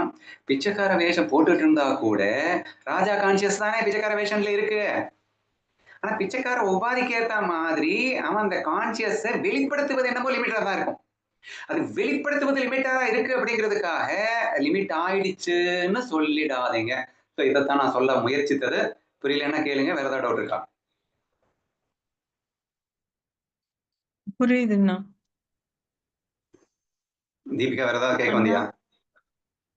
இல்லண்ணா, நான் வந்து இந்த ஞானேஸ்வரியில கடல் தண்ணியில இருந்து நம்ம கொஞ்சம் தண்ணிய மொண்டுட்டோம் அப்படின்னா கடலோட தன்மை குறையாது அப்படிங்கிற மாதிரியும், அந்த கடல்ல இருந்து நம்ம எடுக்கிற அந்த ஒரு கிளாஸ் தண்ணிலையும் அதே H2O, அதே ஹைட்ரஜன் ஆக்சிஜன், அதுல என்ன அதே அந்த உப்புத்தன்மை, அது எதுவுமே மாறாம இருக்கிறது அப்படிங்கிறதும் சொல்லலாம் அப்படின்னு நினைச்சேன் நான் எக்ஸாம்பிளுக்கு. Very good. எக்ஸாம்பிள் கடல் சொன்ன உடனே நானே சொல்றேன். கடல் அலையா இருந்த உடனே கடலினுடைய அந்த பவர் அலைக்கு கம்மியாயிடுச்சுன்னு சொல்லுவீங்களா? கடல் அலையின் தோற்றத்தை எடுத்துக்கொள்ளும் போது அது தோற்றமாக அதை தெரிகிறது அப்படிங்கிறதுக்காக கடலின் சக்தி அந்த அலைக்கு இல்லை என்று சொல்லிவிடுவீர்களா? கடல் தான் அலையா இருக்கு, அப்ப கடலும் அலையும் டிஃபரன்ஸ் இல்லதான். ஆனாலும் கடலின் சக்தி அலைக்கு இல்லைதான். இப்படி நம்ம புரிஞ்சுக்க ட்ரை பண்ணலாம். வேற என்ன மாதிரி புரிஞ்சுக்கலாம் அப்படின்னா, இதேதான் நான் நினைச்சேன். இப்போ பனி இருக்கு, பனி கட்டியா இருக்கு, இப்போ நீர் ஓடுது, இப்போ நீர் ஆவி, மூணுமே வந்து பார்த்தோம்னா ஒன்னேதான், H2O. இப்படி புரிஞ்சுக்கலாமா? பனி கட்டி நீருக்கு இப்ப எதுக்கு H2O கொண்டு போனேன்?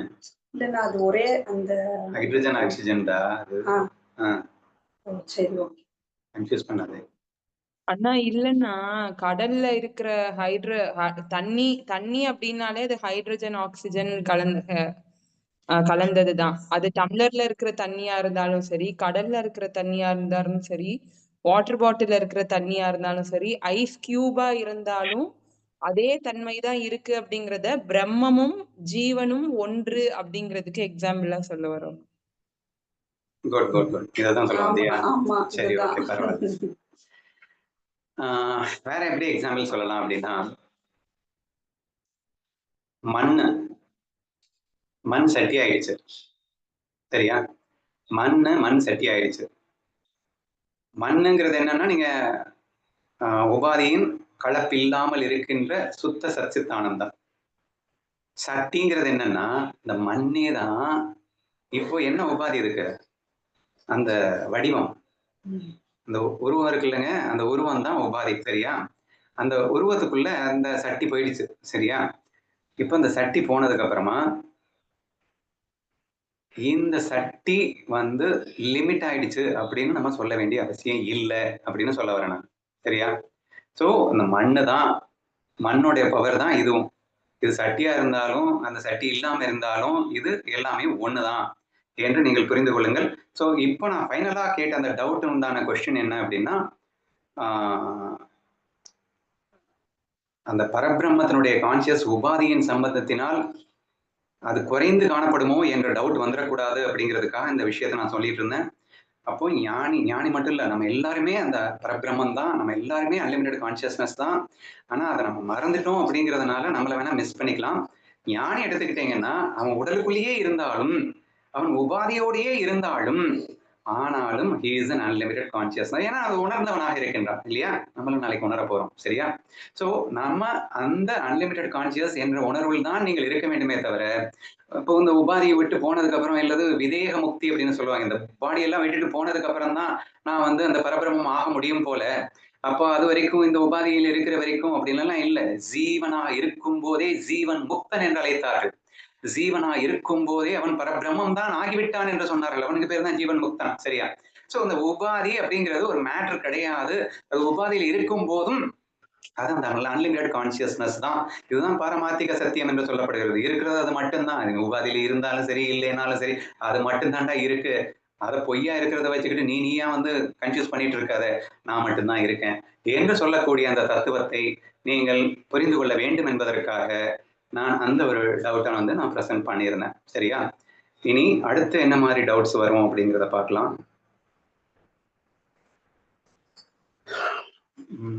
ஓரளவு அவ்யக்த பரபிரம்மம், வியக்த பரபிரம்மம் அப்படின்லாம் சொல்லுவோம். ஸோ உடனே சொன்னவொன்னா அவ்யக்தா பரபிரம்மம் அப்படிங்கிறத வந்து பெருசு, வியக்த பரபிரம்மங்கிறது சிறுசு அப்படின்லாம் சொல்லக்கூடாதுங்க. அதை தான் நான் இவ்வளோ நேரம் நான் ப்ரூவ் பண்ணிட்டு இருக்கேன். பரபிரம்மம்னாலே அது மட்டும்தான், அதுதான் எல்லாமே இருக்கு. அது வியக்தமா இருந்தாலும் சரி, அவ்யக்தமா இருந்தாலும் சரி, உபாதியோடு இருந்தாலும் சரி, உபாதியற்ற இருந்தாலும் சரி. ஸோ அதை மறுபடியும் நீங்க புரிஞ்சுக்க ட்ரை பண்ணுங்க. ஓகேவா? அதே மாதிரி ஒரிஜினல் கான்சியஸும் ரெஃப்ளெக்டட் கான்சியஸும் ஒன்று தான். ஆனாலும் இது லிமிட்டடா வெளிப்படுத்துது அப்படிங்கிறதுக்காக அது ஒண்ணு இல்லைன்னு நீங்க நினைச்சிடாதீங்க. ஏன்னா நான் ராஜா தான் பிச்சைக்கார வேஷம். ராஜா கான்சியஸ்னஸ் வேற, பிச்சைக்கார கான்சியஸ்னஸ் வேற கிடையாதுதான். ஆனா தோற்ற மாத்திரமாக அந்த உபாதியின் சம்பந்தத்தை கொண்டு அவனுடைய பவர் இவனுக்கு இருக்காது அப்படிங்கிறதுக்காக அது இது வேற வேற இல்லை. உபாதியின் சம்பந்தத்தால் அப்படி அது தோற்றம் அளிக்கிறது என்றுதான் நீங்கள் புரிந்து கொள்ள வேண்டுமே தவிர, இங்கேயும் the only consciousness which is original consciousness even which is even is reflected conscious இருக்கும் போதும் கூட அது அந்த ஒரிஜினல் கான்சியஸே. ஆனால் அந்த உபாதி வேதத்தின் சம்பந்தத்தோடு அது எப்படி இருக்கிறதுன்றதையும் சேர்ந்து புரிஞ்சுக்கோங்க. சரியா? இந்த ஸ்டில் அந்த டிஃபரன்ஸ் நீங்க புரிஞ்சுக்கணும். அந்த சுத்த சத்து சித்துக்கும் சிதாபாசுக்கும் உள்ள அந்த ஸ்லைட்டஸ்ட் டிஃபரன்ஸ் இப்படித்தான் இருக்கு என்பதை நீங்கள் புரிந்து கொள்ள முயற்சி செய்யுங்கள். ஓகே, இப்போ அடுத்து முக்கியமான சில டவுட்ஸ் எனக்கு வந்தது. அதெல்லாம் வந்து உங்ககிட்ட ஷேர் பண்றேன். பரபிரம்மங்கிறது பியூர் சத்து சித்து விட்னஸ், சரி ஓகே. அது போயிட்டு பல ஆயிரக்கணக்கான வேஷங்கள்ல பட்டுது, அதனால அது இப்படி எல்லாம் இருக்கு. அதெல்லாம் சரிப்பா. ஆனா எனக்கு என்ன சந்தேகம்னா, நான் வந்து ஆம சத் சித்தானந்தான்னு உணர்ந்துட்டேன். அவன் விட்னஸ் கான்சியஸ்க்கு நான் வந்துட்டேன். The moment I become a witness கான்சியஸ்க்கு நான் வந்துட்டேன் அப்படின்னு சொன்னா, இந்த விட்னஸ் கான்சியஸ் தானே இந்த எல்லா உபாதியிலையும் பட்டுச்சு. அப்படின்னா எனக்கு எல்லாருடைய கான்சியஸும் எனக்கு இருக்கணும்ல என்று யாருக்காவது தோணலாம். ஏன்னா இந்த லூசுதனமான புத்திக்கு அப்படி எனக்கு ஏதாவது தோணும். சரியா? அது உங்களுக்கு நாளைக்கு தோணிடக்கூடாதுல்ல, அதனால முதல்லயே சொல்லிடுறேன். ஸோ ஆம் தி எவ்ரிதிங். ஸோ அந்த பரபிரம்மா அதுதான் அனைத்து உபாதிகளிலே பட்டு உபாதிகளில் இருக்கின்றது. Therefore I should know everything இல்ல என்று ஒரு சந்தேகம் வரலாம். சரியா? இன்னொரு சந்தேகம் எனக்கு வந்துச்சு. அது என்னன்னா, ஏண்டா நான் தானே எல்லா வேஷத்தையும் போட்டிருக்கேன். ஆனா இந்த ஸ்ரீகாந்த் அப்படிங்கிறவன் மட்டும் இருக்கக்கூடிய கண்ட்ரோலு மத்தவங்க கிட்ட இல்லையே. நான் எந்திரிச்சு நிக்கணும்னா நிப்பேன், உட்காருன்னா உட்காருவேன். ஆனா அடுத்தவனை நில்லுன்னா நிப்பானா? போடானா ஏன்னு சொல்லிட்டு போயிடுவான். சரியா? இது எனக்கு டவுட். என்ன நான் தான் என்ன உணர்ந்துட்டேன் அப்படின்னு சொன்னா 2 கொஸ்டின் சொல்லி கேட்டிருக்கேன். The first question, I must know everything else in this world. கிட்டத்தட்ட ஈஸ்வரா மாதிரி பேசிட்டு இருக்கேன். நெக்ஸ்ட் கொஸ்டின் என்ன கேட்டேன் அப்படின்னா, நான் தானே எல்லாமே இருக்கேன். அது என்னது ஸ்ரீகாந்துக்கு மட்டும் இருக்கிற கண்ட்ரோல் மத்தவங்க கிட்ட எனக்கு இல்லை என்று ஒரு குதர்க்கமான ஏதாவது சந்தேகங்கள் உங்களுக்கு வந்துச்சு அப்படின்னா ஆன்சர் தெரியுமா இருக்காது. இதை நானே சொல்லட்டுமா? சரி, நானே சொல்லிடுறேன். ஸோ இதை நீங்க எப்படி புரிஞ்சுக்கணும் அப்படின்னா, உபாதினா என்ன? வேஷம். வேஷம்னாலே என்ன? இப்போ ஓரறிவு உள்ள ஒரு வேஷமாக ஒரு மரமாக நீ வேஷம் போட்டதுக்கு அப்புறமா எனக்கு 6 அறிவு உள்ள ஜீவனுக்கு எனக்கு தெரியணும் இல்லை அப்படின்னு லூசு மாதிரி கேட்கிற மாதிரி இல்லை கொஸ்டின். நல்லா புரிஞ்சுக்கோங்க. டேய், நீ அன்லிமிட்டட் கான்சியஸாவே இருந்துக்கோ. உபாதியின் சம்பந்தத்துக்குன்னு வந்துட்ட. இந்த உபாதிக்குள்ள ஒரு வேஷம் போட்டு நீ விளையாட வந்துட்ட. என்ன வேஷத்தை நீ சூஸ் பண்ண? நீ ஒரு மரமா வந்து வேஷம் போடலான்னு வந்துட்ட. அப்ப எந்த வேஷம் இது? ஓரறிவு உள்ள வேஷம். Very very very limited consciousness. எதுக்காக? வேஷத்துக்காக மட்டும்தான், பார்வைக்கு தோற்றத்துக்காக மட்டும்தான், அது ஆபாசத்துல மட்டும்தான், சித்த ஆபாசத்துல மட்டும்தான். ஆனா அந்த சித்த ஆபாசமா இருக்க போறது யாருன்னா அந்த அன்லிமிடெட் கான்சியஸ் தான், யார் இல்லைங்கிறது இருக்கணும். ஆனா இந்த இடத்துல நல்லா புரிஞ்சுக்க வேண்டியது வந்து அந்த அன்லிமிடெட் கான்சியஸ்னஸ்ன்றது பிரகாசத்தை மட்டும்தான் கொடுக்கும். Is a witness of all அப்படின்னா அதிஷ்டானம், அதற்கு ஒரு சக்தி, அந்த பவர் மட்டும்தான் கொடுக்குது. எந்த அளவுக்கு பவரை கொடுக்குதுன்னா ஓரறிவுக்கு உண்டான அளவுக்கு இதுக்கு பவரை கொடுக்குது. இந்த அறிவை வச்சுக்கிட்டு இந்த இதுல முக்குணங்கள் அப்படின்லாம் நம்ம பேசிட்டு இருக்கோம். அதை அப்படி பார்த்தீங்கன்னா தமோ குணம் 98% இருக்கும். யாருக்கு? இந்த மரத்துக்கு. ராஜசிக்கு ஒரு 1% இருக்கும். சாத்விக்லாம் இருக்குமானே கூட சொல்ல முடியாது. ஸோ திஸ் இஸ் தி வே. இந்த எல்லா உயிரினங்களையும் நம்ம வந்து முக்குண கலவையில தான் அந்த இறைவன் பிரித்து வச்சிருக்கான் அப்படிங்கிறதெல்லாம் நீங்க புரிஞ்சுக்கோங்க. இது எல்லாமே வேஷம் அப்படிங்கிற அடிப்படையில வரும். சரியா? அப்போ அந்த ஓரறிவு வேஷத்தை எடுத்துக்கொண்ட ஒருவன் எனக்கு எல்லாமே தெரியணும்ல அப்படின்னா இது எப்படி இருக்கு அப்படின்னா, பிச்சைக்கார வேஷம் போட்டுட்டு இருக்கும்போது, ஏன்பா நான் ராஜான்னு ரியலைஸ் பண்ணிட்டேன்னா நான் சொல்றதை எல்லாவனும் கேட்கணும்ல அப்படிங்கிற மாதிரி இருக்கு. டேய் லூசு பயலே, நீ ராஜான்னு ரியலைஸ் பண்ணிட்ட சரி, இப்ப என்ன பண்ணிட்டு இருக்க? பிச்சைக்கார வேஷம் போட்டு நாடகத்துல நடிச்சிட்டு இருக்க. நீ பிச்சைக்கார வேஷம் போட்டு நாடகத்துல நடிச்சிட்டு இருக்கும்போது இந்த வேஷத்துக்கு ஏத்த மாதிரி தானடா அடுத்தவங்க எல்லாம் ரெஸ்பாண்ட் பண்ணணும். நீ கேட்கறதே இல்லாஜிக்கலா இருக்குன்றது உனக்கு புரியலையா என்று நீங்கள் புரிந்து கொள்ள முயற்சிக்க வேண்டும். ஸோ எனக்கு அந்த பவர் நான் ரியலைஸ் பண்ணிட்டேன். நான் ராஜான்னு, நீ ராஜான்னு ரியலைஸ் பண்ணிட்டு வேணும்னே தானே இந்த உபாதியை எடுத்துக்கிட்டு இருக்க. இந்த உபாதி சும்மா நாச்சுக்கும் உன்னுடைய அந்த அல்ட்ரா பவர், அந்த அல்ட்ரா ஆனந்தத்தை, சச்சிதானந்தத்தை இதுல சும்மா வந்து வெளிப்படுத்தி மகிழ்வதற்காக கொண்டு வந்தது தானே. இது டூல் தானே. இந்த மைண்ட் பாடி காம்ப்ளெக்ஸ் நான் முதல்ல என்ன சொன்னேன்னா ஜஸ்ட் இட் இஸ் எக்ஸ்பிரஷன். அந்த சச்சிதானந்த உணர்வு அப்படிங்கிறது அது பெர்மனண்டா இருக்கு. புது உபாதியின் சம்பந்தத்தை கொண்டு விதவிதமா வெளிப்படுத்தி மகிழ்கிறது. விதவிதமா வெளிப்படணும்னா பொய்யா தான் வெளிப்படுத்தி மகிழணும் இல்லையா? சோ பொய்யாக விதவிதமாக வெளிப்படுத்தி மகிழ்வதற்காகத்தான் நீ வந்திருக்க. பிச்சைக்கார ரோலை என்ஜாய் பண்றதுக்காக வந்திருக்க. அந்த கான்சியஸ் எனக்கு எல்லாம் நீ பவர் தான், மெகா தான் இருக்கட்டும். இந்த உபாதி எடுத்துக்கிட்டு வந்ததுக்கு என்ன காரணம்? பிச்சைக்காரன் அப்படிங்கிற அதை எக்ஸ்பிரஸ் பண்ணி மகிழ்வதற்காக இந்த வேஷத்தை போட்டுக்கிட்டு நாம் சொன்ன பேச்சு எவனுமே கேட்க மாட்டேன்றான் அப்படின்னு கேட்கிறதே லூசுத்தனமா இல்லையா என்று நாம் புரிந்து கொள்ள முயற்சித்தால் நீ உன்னை உணர்ந்து விட்டா என்பதற்காக உனக்கு அத்தனையும் தெரிய வேண்டும் என்ற அவசியம் இல்லை அப்படின்னு புரிஞ்சுக்கணும். சரியா? அப்போ உனக்கு எல்லாம் தெரியணும் அப்படின்னா ஈஸ்வரா வேஷத்தை எடுத்துக்கோ, தெரியும். நீ வந்து ஒரு ஒரு வேஷத்தை எடுத்துக்கிட்டு எனக்கு எல்லாம் தெரியணும் அப்படிங்கிற 6 அறிவு வேஷத்தை எடுத்துக்கிட்டாலே உனக்குன்னு கொடுக்கப்பட்ட மைண்ட் புத்தி என்னவோ அதுதான் தெரியும். அடுத்தவங்க இது கூட உனக்கு தெரியாது. எல்லாமே எனக்கு தெரியணும் இல்லை அப்படின்னா அதுக்குன்னு ஒரு உபாதி இருக்கு. அதுதான் அந்த வேஷத்துக்கு ஈஸ்வரான்னு பேரு. அந்த வேஷத்துல நீ இருந்தேன்னா உனக்கு எல்லாமே தெரியும். சோ இந்த உபாதியின் சம்பந்தத்தை கொண்டுதான் இங்கே இந்த உலக வியாபாரங்கள் நடந்து கொண்டிருக்கிறது. Even though you realised very well, still நீ எதிர்பார்க்கிறதே முட்டாள்தனம். நான் தான் ரியலைஸ் பண்ணிட்டேன்ல, நான் தான் எல்லாம்னு. அப்ப எனக்கு எனக்கு அல்ட்ரா பவர் வேணும்ல, எனக்கு எல்லாம் தெரியணும் இல்லைன்னா அந்த உபாதிக்கு ஏற்ற அளவிற்குத்தான் உனக்கு தெரியும் என்பதை புரிந்து கொண்டால், நான் வந்து ஞானி ஆயிட்டேன் அப்படின்னா எனக்கு அல்ட்ரா பவர் கிடைச்சிடுமா அப்படின்னு எதிர்பார்க்கிறது ஒரு லூசுத்தனமான விஷயம் என்பதை புரிய வைப்பதற்காக அந்த கேள்வியை கேட்டு நான் பதில சொல்லியிருக்கேன். So I think that I have clarified that particular question. என்னது, நான் ஞானி ஆயிட்டேன்னா எனக்கு அல்ட்ரா பவர் வந்துடுமா அப்படிங்கிறது. அப்படிலாம் இல்லை. அது உபாதியின் சம்பந்தத்தை பொறுத்து. இப்ப நீ என்ன உபாதியில இருக்க? இந்த ஸ்ரீங்கிற உபாதியில நான் இருக்கேன். இந்த ஸ்ரீங்கிற உபாதிக்கு ஏற்ற அந்த லிமிட்டட் தான் என்னால எதையுமே பண்ண முடியுமே தவிர அதுக்கு மேல எல்லாம் ஒன்றும் பண்ண முடியாது அப்படின்றத புரிஞ்சுக்கோங்க. சரியா? அப்ப நான் ஈஸ்வரன் ஆக முடியுமா? ஈஸ்வரன் ஆகணும்னா முதல்ல நீ வந்து முக்தி ஆகு. அதுக்கப்புறமா மறுபடியும் நீ ஈஸ்வரனை வர்றதை பத்தி யோசிக்கலாம். ஏன்னா இப்ப இந்த உபாதியை நீ க்ளோஸ் பண்றதுக்கு முன்னாடி எங்க இந்த ஈஸ்வரனை போறதுக்கு? நீ இந்த உபாதியில தானே இருக்க. முதல்ல பிச்சைக்கார வேஷத்தை முடி, அதுக்கப்புறம் பாத்துக்கலாம் என்றுதான் நம்ம சொல்ல வேண்டும் அப்படின்றத நீங்க புரிஞ்சுக்கணும். ஓகேவா? So this is about the power வருமா அப்படின்னு கேட்கறதுக்கு உண்டான அந்த கொஸ்டினுக்கு ஆன்சரா நீங்க எடுத்துக்கணும். சரி, ஓகே. இப்ப நெக்ஸ்ட் கேள்றா. அண்ணா, இதுக்கு எக்ஸாம்பிளா இப்ப நம்ம பாடியில வந்து நம்ம ஹோல் பாடியும் வந்து செல்களால ஆனதுதான். ஸோ ஒவ்வொரு செல்ஸும் வந்து ஒவ்வொரு ஃபங்க்ஷன் பண்ணிட்டு இருக்கு. இப்ப லிவர் செல்ஸ் பார்த்தோம்னா அதோட function different. Stomach cells, intestine cells, heart cells, lung cells அப்படின்னு ஒவ்வொன்றும் ஒரு ஒரு ஃபங்க்ஷன் வந்து பண்ணிட்டு இருக்கு. இப்போ லங்ஸ்ல இருக்கிற செல்ஸ்னால லிவரோட செல்ஸ் வந்து என்ன பண்ணுது அப்படிங்கிறத பார்க்க முடியாது. இப்போ ஹார்ட்டோட செல்ஸ் என்ன பண்ணுது அப்படிங்கிறத பார்க்க முடியாது. ஸோ ஈவன் தோ அது நான் லங்ஸ்ல இருக்கக்கூடிய செல்ஸ் அப்படின்னு அதுக்கு தெரிஞ்சாலும், நான் லங்ஸ் அப்படிங்கிறது புரிஞ்சு அதோட ஃபங்க்ஷன்ஸ் அது பண்ணாலும் அது வந்து அதுக்கு தெரியாது அப்படிங்கிறது எக்ஸாம்பிளா சொல்லலாம்னா. இன்னொன்னு வந்து இப்ப அரசியல்ல பார்த்தோம் அப்படின்னா நிறைய மினிஸ்ட்ரிஸ் அப்படிங்கிறது இருக்கு. ஃபினான்ஸ் மினிஸ்டர், அப்புறம் வந்து அது அந்த மாதிரி நிறைய இந்த எஜுகேஷன் மினிஸ்டர் அந்த மாதிரி நிறைய இருக்கு. ஸோ இவங்களோட ஒர்க் என்னவோ அதுதான் இவங்க பண்ணுவாங்க.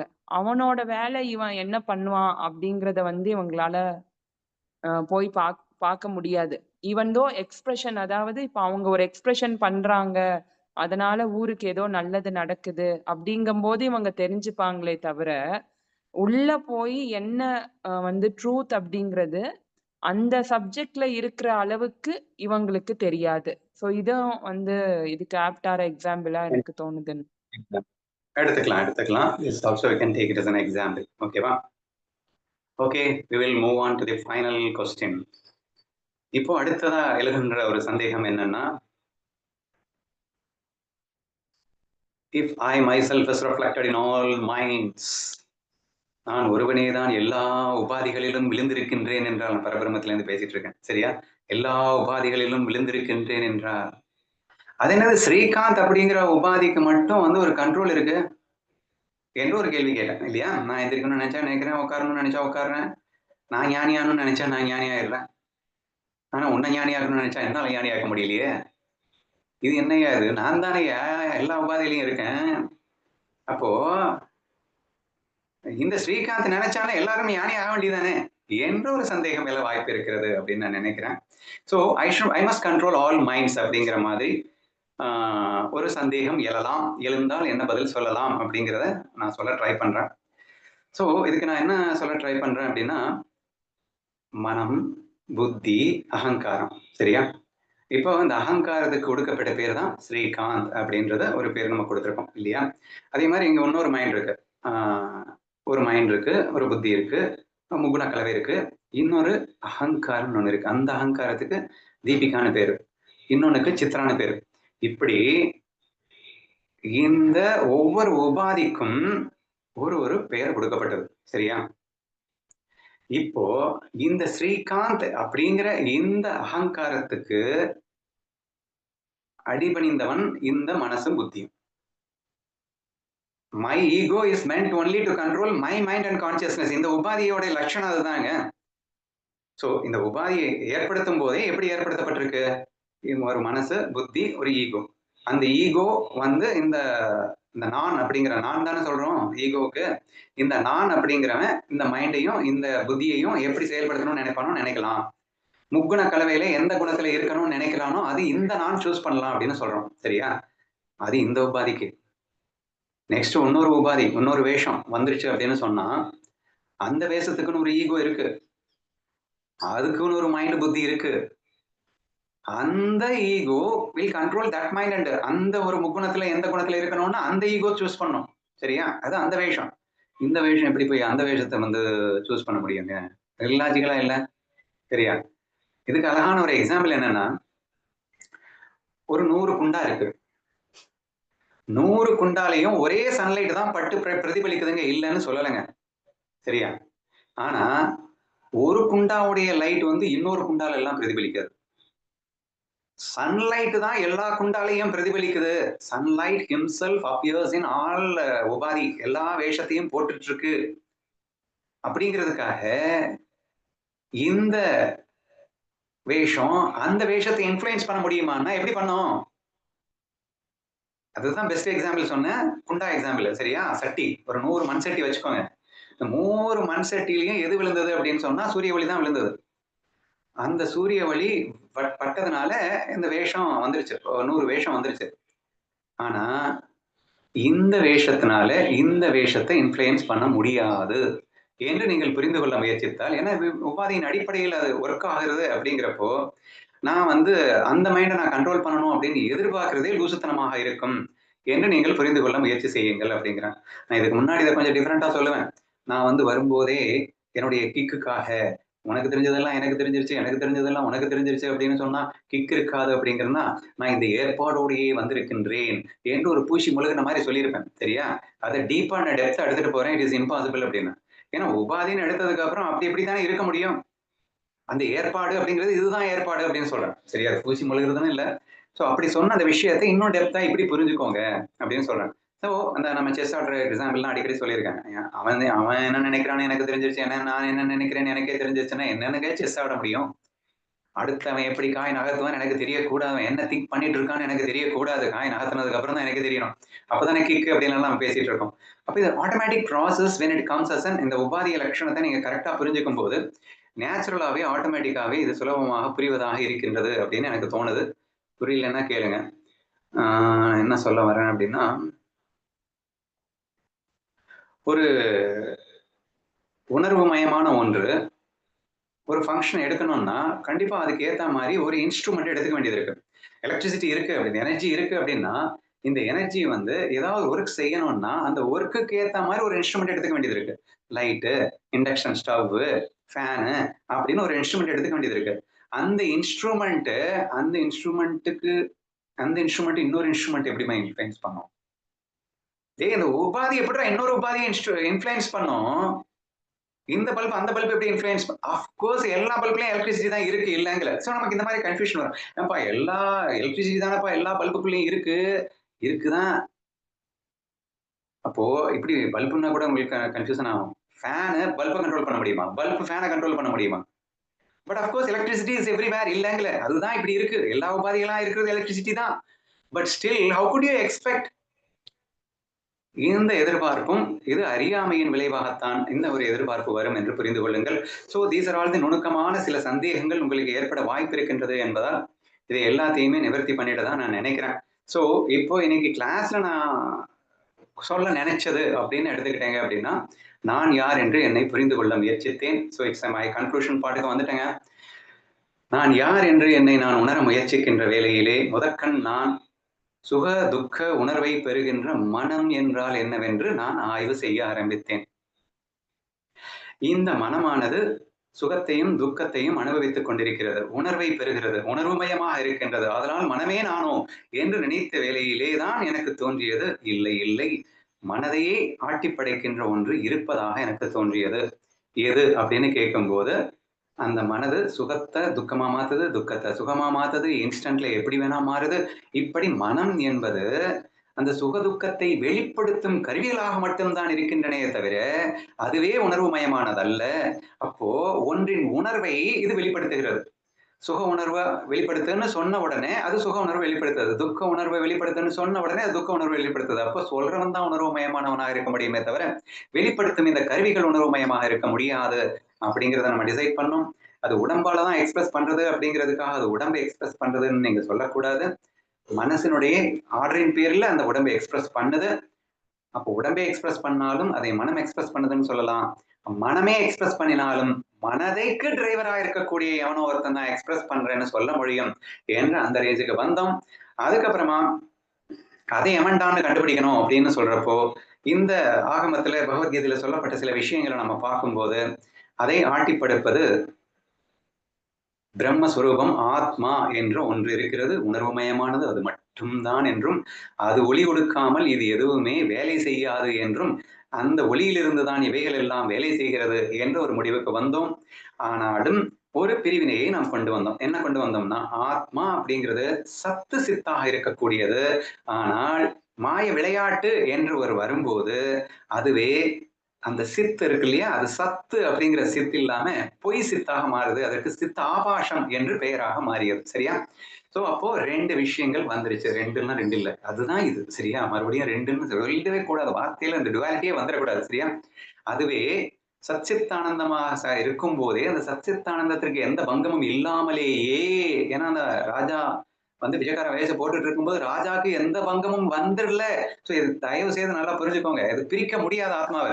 சோ அந்த ஒன்னஸ் ஃபீலிங்கை மிஸ் பண்ணாமலேயே தான் இங்க டுவாலிட்டியா இருக்கு அப்படிங்கிற அந்த விஷயத்தை நம்ம புரிஞ்சுக்கிறதுக்காக சிதாபாஸ் அப்படிங்கிற ஒரு விஷயத்தை இன்ட்ரடியூஸ் பண்ணினோம்.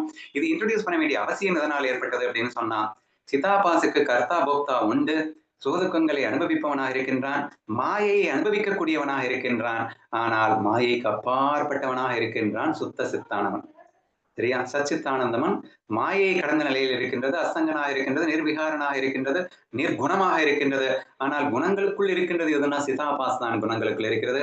சிதாபாஸுக்கு இந்த உடல், மனசு, புத்தி, முகுணங்கள், ஈகோ இதெல்லாம் சேர்ந்த கலவைக்கு நீங்க சிதாபாஸ் என்று பெயர் கொடுத்துக் கொள்ளுங்கள். இந்த ஒரிஜினல் கான்சியஸ்னஸ்னுடைய இதே கான்சியஸ்னஸ் அதுல படும்போது அது வந்து உணர்வுமயமாக வெளிப்படுகிறது, தோற்றமளிக்கிறது. இந்த ஒரிஜினல் கான்சியஸே தான் இந்த உபாதியில பட்டதுனால, இந்த வேஷத்துல விழுந்ததுனால அந்த வேஷத்துக்கு உயிர் வந்தா மாதிரி இருந்தது என்று நாம் புரிந்து கொள்ள வேண்டும். அப்போ உண்மையில இது அதுதான், இதுதான் அது இது ஒண்ணுதான் என்று நாம் புரிந்து கொள்ள வேண்டும். அப்ப இதை புரிஞ்சுக்கணும்னா நமக்கு அடுத்தடுத்த டவுட்ஸ் என்னவா வரும் அப்படின்னா, அந்த அன்லிமிட்டெட் கான்சியஸ் உபாதி எடுத்த உடனே லிமிடெட் ஆயிடுமோ என்ற டவுட்ஸ் எல்லாம் வரும் அப்படின்னு அடுத்த ஆராய்ச்சி பண்ணோம். அப்படி எல்லாம் ஒண்ணும் ஆகாது. அது அன்லிமிட்டடாவே இருந்து கொண்டேதான் இதில் இந்த உபாதியின் சம்பந்தத்தை கொண்டு அது லிமிட்டடாக வெளிப்படுத்தி மகிழ்கிறது. அது வெளிப்படுத்தி மகிழ்வதற்காக அது லிமிட்டடா இருக்குன்றதுக்காக அதுவே லிமிட் ஆயிடுச்சு அப்படின்னு நீங்க நினைச்சிடாதீங்க. அது உபாதியின் சம்பந்தத்தோடு இருக்கும் போதும் கூட அது அன்லிமிட்டடே தான். இதுக்குதான் ராஜா பிச்சைக்காரன் எக்ஸாம்பிள் சொன்னேன். அவன் பிச்சைக்காரனா இருக்கும் போதும் அவன் ராஜா தான் என்ற அந்த விஷயத்தை நாம் சொல்லி கன்க்ளூட் பண்ண முயற்சித்தோம். அதே மாதிரி இன்னொன்னு நம்ம என்ன பார்த்தோம் அப்படின்னா, அந்த ஒரு பகுதியாக பிரிச்சிடலாமா, அன்லிமிட்டெட் கான்சியஸ்ல இருந்து ஒரு பகுதி மட்டும் வந்து விளையாட வந்துருச்சா அப்படின்னு நினைக்காதீங்க. அதுவே தான் இங்க விளையாடிட்டு இருக்கு. உபாதியின் சம்பந்தத்தை கொண்டு அது சின்னதா இருக்குன்றதுனால அது பகுதின்னு எல்லாம் பிரிக்க வேண்டாம் என்ற ஒரு விஷயத்தை ஆராய்ச்சி செய்து முடித்தோம். இனி ஃபைனலாக அந்த இப்ப நான் ஞானி ஆயிட்டேன் அப்படின்னு சொன்னா எனக்கு எல்லாமே தெரிஞ்சிடுமா அப்படிங்கிற ஒரு கொஸ்டினை கேட்டோம். அது உபாதியின் சம்பந்தத்தை பொறுத்ததே. ஆதலால் அனைத்தும் இந்த மாயைக்காக, ஏன்னா ஆக்சுவலா ஒரிஜினல் கான்சியஸ்க்கு எதுவுமே தெரியாது. அது விட்னஸ், அது ஆனந்தம் மட்டும்தான். அது ஆனந்தமா இருக்கும். அது எதுவும் தெரிஞ்சுக்கணும்னு அவசியம் இல்லை. தெரிஞ்சு ஆனந்தப்பட வேண்டியது இல்லை. சொரூபமே ஆனந்தமா இருக்கும். மாயின் சம்பந்தத்துக்குள்ள வரும்போதுதான் தெரியும் தெரியாதுங்கிற விஷயம்லாம் வருது. சரியா? அப்ப மாயின் சம்பந்தத்துக்குள்ள எல்லாமே தெரிஞ்சுக்கணும்னா ஈஸ்வர உபாதி எடுத்துக்கிட்டா மட்டும்தான் எல்லாமே தெரிஞ்சுக்க முடியும். மற்றபடி நீ லீஸ்ட் உபாதியை வச்சுக்கிட்டு நான் எல்லாமே தெரிஞ்சுக்கணும்னு ஆசைப்பட்டேன்னா நீ லூஸா தான் இருப்ப என்ற விஷயத்தை கொண்டு அந்த நான் ஞானி ஆயிட்டேன் அப்படின்னா எனக்கு எல்லாமே தெரிஞ்சிடுமா அப்படிங்கிற கேள்விக்கு நான் விடை கொடுத்தேன் என்று நினைக்கின்றேன். இனி ஃபைனலா இன்னொரு கொஸ்டினும் கேட்டேன். நான் தானே எல்லா மனசாகவும் எல்லா வேஷங்களாகவும் இருக்கேன் அப்படிங்கிறப்போ நான் ஏன் இன்னொரு வேஷத்தை கண்ட்ரோல் பண்ண முடியாது அப்படின்னு சொல்லும் போது கூட இல்லையப்பா, அதுவும் சாத்தியமில்லை. ஏன்னா ஒவ்வொருத்தருக்கும் ஒரு ஈகோ கொடுக்கப்பட்டிருக்கு. இந்த ஈகோ இந்த பாடி மைண்டுக்கு மட்டும்தான், அந்த ஈகோ அந்த பாடி மைண்டுக்கு மட்டும்தான். ஸோ தேர்ஃபோர் இந்த ஈகோவால் அந்த இதை பண்ண முடியாது என்ற விஷயத்தையும் நம்ம எலக்ட்ரிசிட்டி, ஃபேன், லைட் எக்ஸாம்பிள் மூலியமா நம்ம பார்த்தோம். ஸோ எலக்ட்ரிசிட்டி காமனா இருக்கு அப்படிங்கிறதுக்காக, அதுவே தான் எல்லாம் வேஷங்களா இருக்கு அப்படிங்கிறதுக்காக இந்த வேஷம் அந்த வேஷத்தை இன்ஃப்ளூயன்ஸ் பண்ணாது. சன்லைட் எல்லா பார்ட்ஸ்லயும் 100 பார்ட்ஸ் இருக்கு. 100 பார்ட்ஸ்லயும் சன்லைட் விடுது. அப்படிங்கிறதுக்காக இந்த பாட்ல இருக்கக்கூடிய சன்லைட் இந்த பாட்டை இன்ஃப்ளூயன்ஸ் பண்ணாது என்றெல்லாம் நீங்கள் புரிந்து கொள்ள முயற்சிக்கும் போது ஒட்டுமொத்தமாக உங்கள் வாழ்க்கையில் பிரம்ம தத்துவத்தின் கீழ் எல்லளவும் எந்த சந்தேகமும் வர முடியாது என்று நினைக்கின்றேன். அதுக்காக சந்தேகம் வந்துருச்சுன்னா கேட்காம இருந்துடாதீங்க. எத்தனை சந்தேகங்கள் வந்தாலும் மீண்டும் மீண்டும் நாம் இதை சிந்தித்து தெரிந்து கொள்ள முயற்சி செய்து கொண்டே இருப்போம் என்று சொல்லி இப்போதைக்கு நிறைவு செய்கிறேன். ஏதாவது டவுட்ஸ் இருந்தா கேளுங்க இப்போ. அண்ணா இப்போ நீங்க தான் எல்லாவுமா இருக்கீங்க. நீங்க நினைச்சா ஞானி ஆயிடுவீங்க. ஏன் அடுத்தவனை என்னால ஞானி ஆக்க முடியல அப்படின்னு சொன்னீங்கல்ல. அப்போ வந்து எங்கேயும் கம்பேரே பண்ணக்கூடாது அப்படிங்கிற மாதிரி நான் அண்டர்ஸ்டாண்ட் பண்ணிக்கிறேன். எப்படின்னா இப்போ காரைக்கால் வந்து தலைகீழா நடக்கிறாங்க. அதே மாதிரி ஒவ்வொருத்தங்க ஒவ்வொரு சதாசிவ பிரம்மேந்திரரால கை வெட்டினாலும் அது ஒட்ட வைக்க முடியுது அப்படின்னா, அப்ப அங்க வந்து அவர் மாதிரி ஆகணுங்கிற ட்ரை எல்லாம் வேண்டாம். அடிப்படையில இந்த குண்டா சொன்ன மாதிரிதான். அதுல இருந்து அந்த வெளிச்சத்தை இங்க கொண்டு வரணும் அப்படிங்கிறது இல்லாம, அடிப்படையில எல்லாம் ஒண்ணுதான் அப்படிங்கிற மாதிரி அந்த கம்பேர் பண்ணாம இருக்கணும் அப்படிங்கிற மாதிரி எடுத்துக்கிறேன். கரெக்டா? ஓகே, இதுல இன்னொரு பாயிண்ட் சேர்த்துக்கோங்க. கம்பேர் பண்ண வேண்டிய அவசியமே இல்லை. ஏன்னா அந்தந்த உபாதிக்கு ஏற்ற மாதிரி வெளிப்படுத்தி மகிழ்வதற்காக தான் நீ வந்திருக்க. நீதான் நீ உபாதியே இல்லைன்னாலும் நீ ஆனந்தத்துல தான் இருக்க. உபாதியில் இருந்தாலும் ஆனந்தத்தை தான் இருக்கு. அந்த ஆனந்தத்தை வெளிப்படுத்துறதுக்கு தான் இந்த உபாதியே. இங்க உபாதி வந்து ஒரு மண்ணாங்கட்டி உனக்கு ஆனந்தத்தை கொடுக்க போறது இல்லை. இது சமீபமா ரொம்பவே நம்ம திரும்ப திரும்ப டிஸ்கஸ் பண்ணிட்டு இருக்கோம். ஸோ தேர்ஃபோர் நீ வந்து இந்த உபாதி அந்த உபாதி எது பெருசு, அந்த உபாதி நல்லா இருக்கே, அவனை மாதிரி இருந்தா நல்லா இருக்குமே, இவனை மாதிரி இருந்தா நல்லா இருக்குமே, இது டோட்டலி முட்டாள்தனமான ஒரு வார்த்தை. ஏன்னா அதுலயும் பரபிரம்மம் தான், சச்சித்தானந்தம் தான் அதுலயும் இருக்கு, இதுலயும் அதே சச்சித்தானந்தம் தான் இருக்கு. ஆனந்தத்தின் லெவல்ல ஒரு மண்ணாங்கட்டி டிஃபரன்ஸ் வரப்போறது இல்லை. நீ மரமா இருந்தாலும் சரி இல்ல மனுஷனா இருந்தாலும் சரி எந்த டிஃபரன்ஸும் வரப்போறது இல்லை. therefore there is no need to compare anywhere என்று நீ சொன்ன வார்த்தையும் கண்டிப்பாக ஏற்றுக்கொள்ளுகின்றேன். அட் தி சேம் டைம் இன்னொரு விஷயத்தையும் சேர்த்து சொல்லிடுறேன். ஏங்க நிறைய பேர் வந்து ஜிம்மிக்ஸ் பண்றாங்களே, சித்திகள் பண்றாங்களே, அதெல்லாம் எப்படி அப்படின்னு ஏதாவது டவுட் வந்ததுன்னா அதுக்கும் ஆன்சர் தெரிஞ்சுக்கோங்க. It is not by jnana. நீ பரபிரம்மம் அப்படிங்கிறத தெரிஞ்சுக்கிறதுனால மட்டும் உனக்கு வந்து சித்திகள் வந்துவிடும் என்பது சுத்த பைத்தியக்காரத்தனம் என்பதை தயவு செய்து புரிந்து கொள்ளுங்கள். சித்தி என்பது ஸ்கில் டெவலப்மெண்ட் தான். நீங்க வந்து உடம்பை ரப்பரா வளைக்கிறதுக்கு எவ்வளவோ ஸ்கில்ஸ் யூஸ் பண்ணிட்டு ஒரு சித்தியை டெவலப் பண்ணிக்கிறாங்க. உடம்பு ரப்பரா வளைக்கிறதும் ஒரு சித்தின்னு வச்சுக்கிற மாதிரி சில மந்த்ராஸ் சாண்டிங்ஸ் அப்படிங்கிற சில எப்படி நீங்க உடம்பு வளைக்கிறதுக்குன்னு நீங்க பிராக்டிஸ் பண்ற மாதிரி இந்த இடத்துல இதுக்குன்னு சில பிராக்டிசஸ் எல்லாம் இருக்கு. அந்த மாதிரி பிராக்டிஸ் பண்ணும்போது உங்களுக்கு இந்த எக்ஸ்ட்ராடினரி ஸ்கில்ஸ் வந்து டெவலப் ஆகுது. எக்ஸ்ட்ராடினரி ஸ்கில்ஸ் டெவலப் ஆகிறதுக்கும் நீங்க ஞானி அப்படிங்கறத உணர்றதுக்கும் சச்சிதானந்தத்திற்கும் எந்த விதமான சம்மந்தமும் கிடையாது. பவருக்கும் சச்சிதானந்தத்துக்கும் சம்மந்தம் கிடையாது. அது இருக்கிறதுலயே இரும்பு உபாதியில இருந்தா கூட அது சச்சிதானந்தம் தான். நீ அல்ட்ரா பவர்ஃபுல் ஸ்கில் இருந்துகிட்டு நீ பிரம்மம்னு உணரலைன்னா நீ வேஸ்ட் தான். சோ நம்ம உணர வேண்டியது நாம் யார் என்ற அந்த பிரம்ம தத்துவத்தை தானே தவிர நாட் அபவுட் தி ஸ்கில்ஸ் என்ற இந்த விஷயத்தையும் சேர்ந்து இந்த தருணத்தில் புரிந்து கொள்ளுமாறு கேட்டுக்கொள்கிறேன். Any more doubts?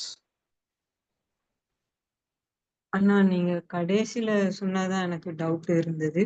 அதாவது ஞானியர் நிறைய பேர் எல்லா விஷயத்தையும் முக்காலமும் அறிந்தவர்களும் உண்டு. அதே மாதிரி அடுத்தவங்களோட மனசை கண்ட்ரோல் பண்ணவங்களும் உண்டு அப்படிங்கும்போது அது எந்த நிலையில வரும் அப்படின்ட்டு கேட்கலாம்னு நினைச்சேன். Very good. புரிஞ்சிருக்கும்னு நினைக்கிறேன் இப்போ. புரியுது. So that's purely comes under the skill development அப்படிங்கிற கேட்டகரியில் வரும். அதற்கும் ஞானத்திற்கும் சம்பந்தமே இல்லை என்பதை மட்டும் தயவு செய்து புரிஞ்சுக்கோங்க. ஓகேவா? க்ளோஸ் பண்ணிடலாமா?